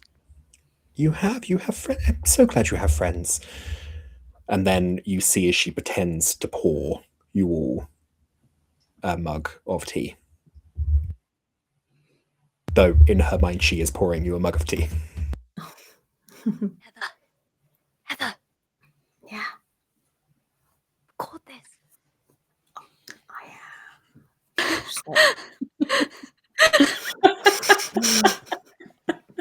You're doing great, sweetie. You press the live button. The governess from the 1700s shockingly has no idea what a video camera is, so is like just does not know what it is, continues playing along. A mug.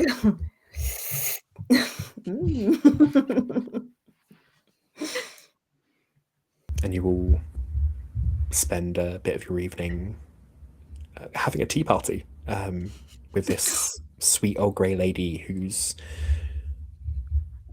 teaching you lessons on like general safety and telling you like 1700s folklore and nursery tales. That's 1700s tea. And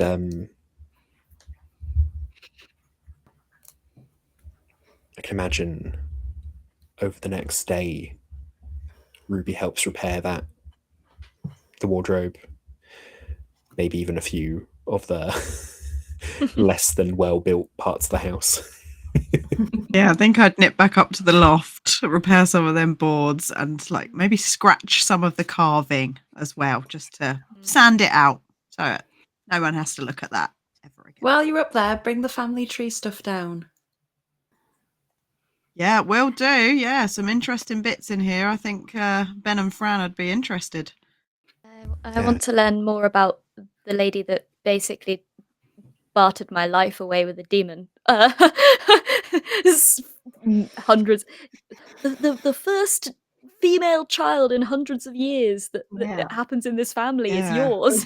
Idea. I wonder what the wording was. You get the sense from reading through the diary that she just didn't believe any of that stuff, and the deal was like, basically, if any of you would become a whisperer, then it would be that kind of trade-off. But she's like, ghosts aren't real. Like, ghosts aren't real, but demons are. Sure, Winnie. You get the sense that she wasn't talking to a demon at that time. Maybe like someone possessed by a demon. But right. You learn a bit more about Winnie and the Coleman family tree. You eventually say goodbye to Granddad and Grandma Coleman and head off, continuing your ghost business. Heather, I mean, you just recorded an actual ghost having tea. Hard to fake what you just saw. You're doing numbers. You're not quite hitting your unfinished business goal anytime soon, but you're kicking off on your way. I tried for you. I tried for you, Siobhán. Maybe eventually you get like a ghost guest spot on like Watcher. Kind of boost you up a bit. You gotta build these things slow, you know. would Victoria continue her PhD? No. Yeah, I think she would. I think she'd spin it a bit though, to be less about the psychology of people who believe in ghosts and more like the psychology of interacting with the supernatural. Like make it a more neutral title than a negative one. Yeah. She's certainly not going to be publishing in academia that ghosts are real because you wouldn't. But yeah, it would be more of a neutral sounding. Do you include any of Samuel's kind of Yeah, write-up? yeah. I think she will have her own chapter for it. I can imagine eventually you go back to the warehouse. You have a few friends there. And whether you not stay there will be a different story, I guess. But we will end our tale there.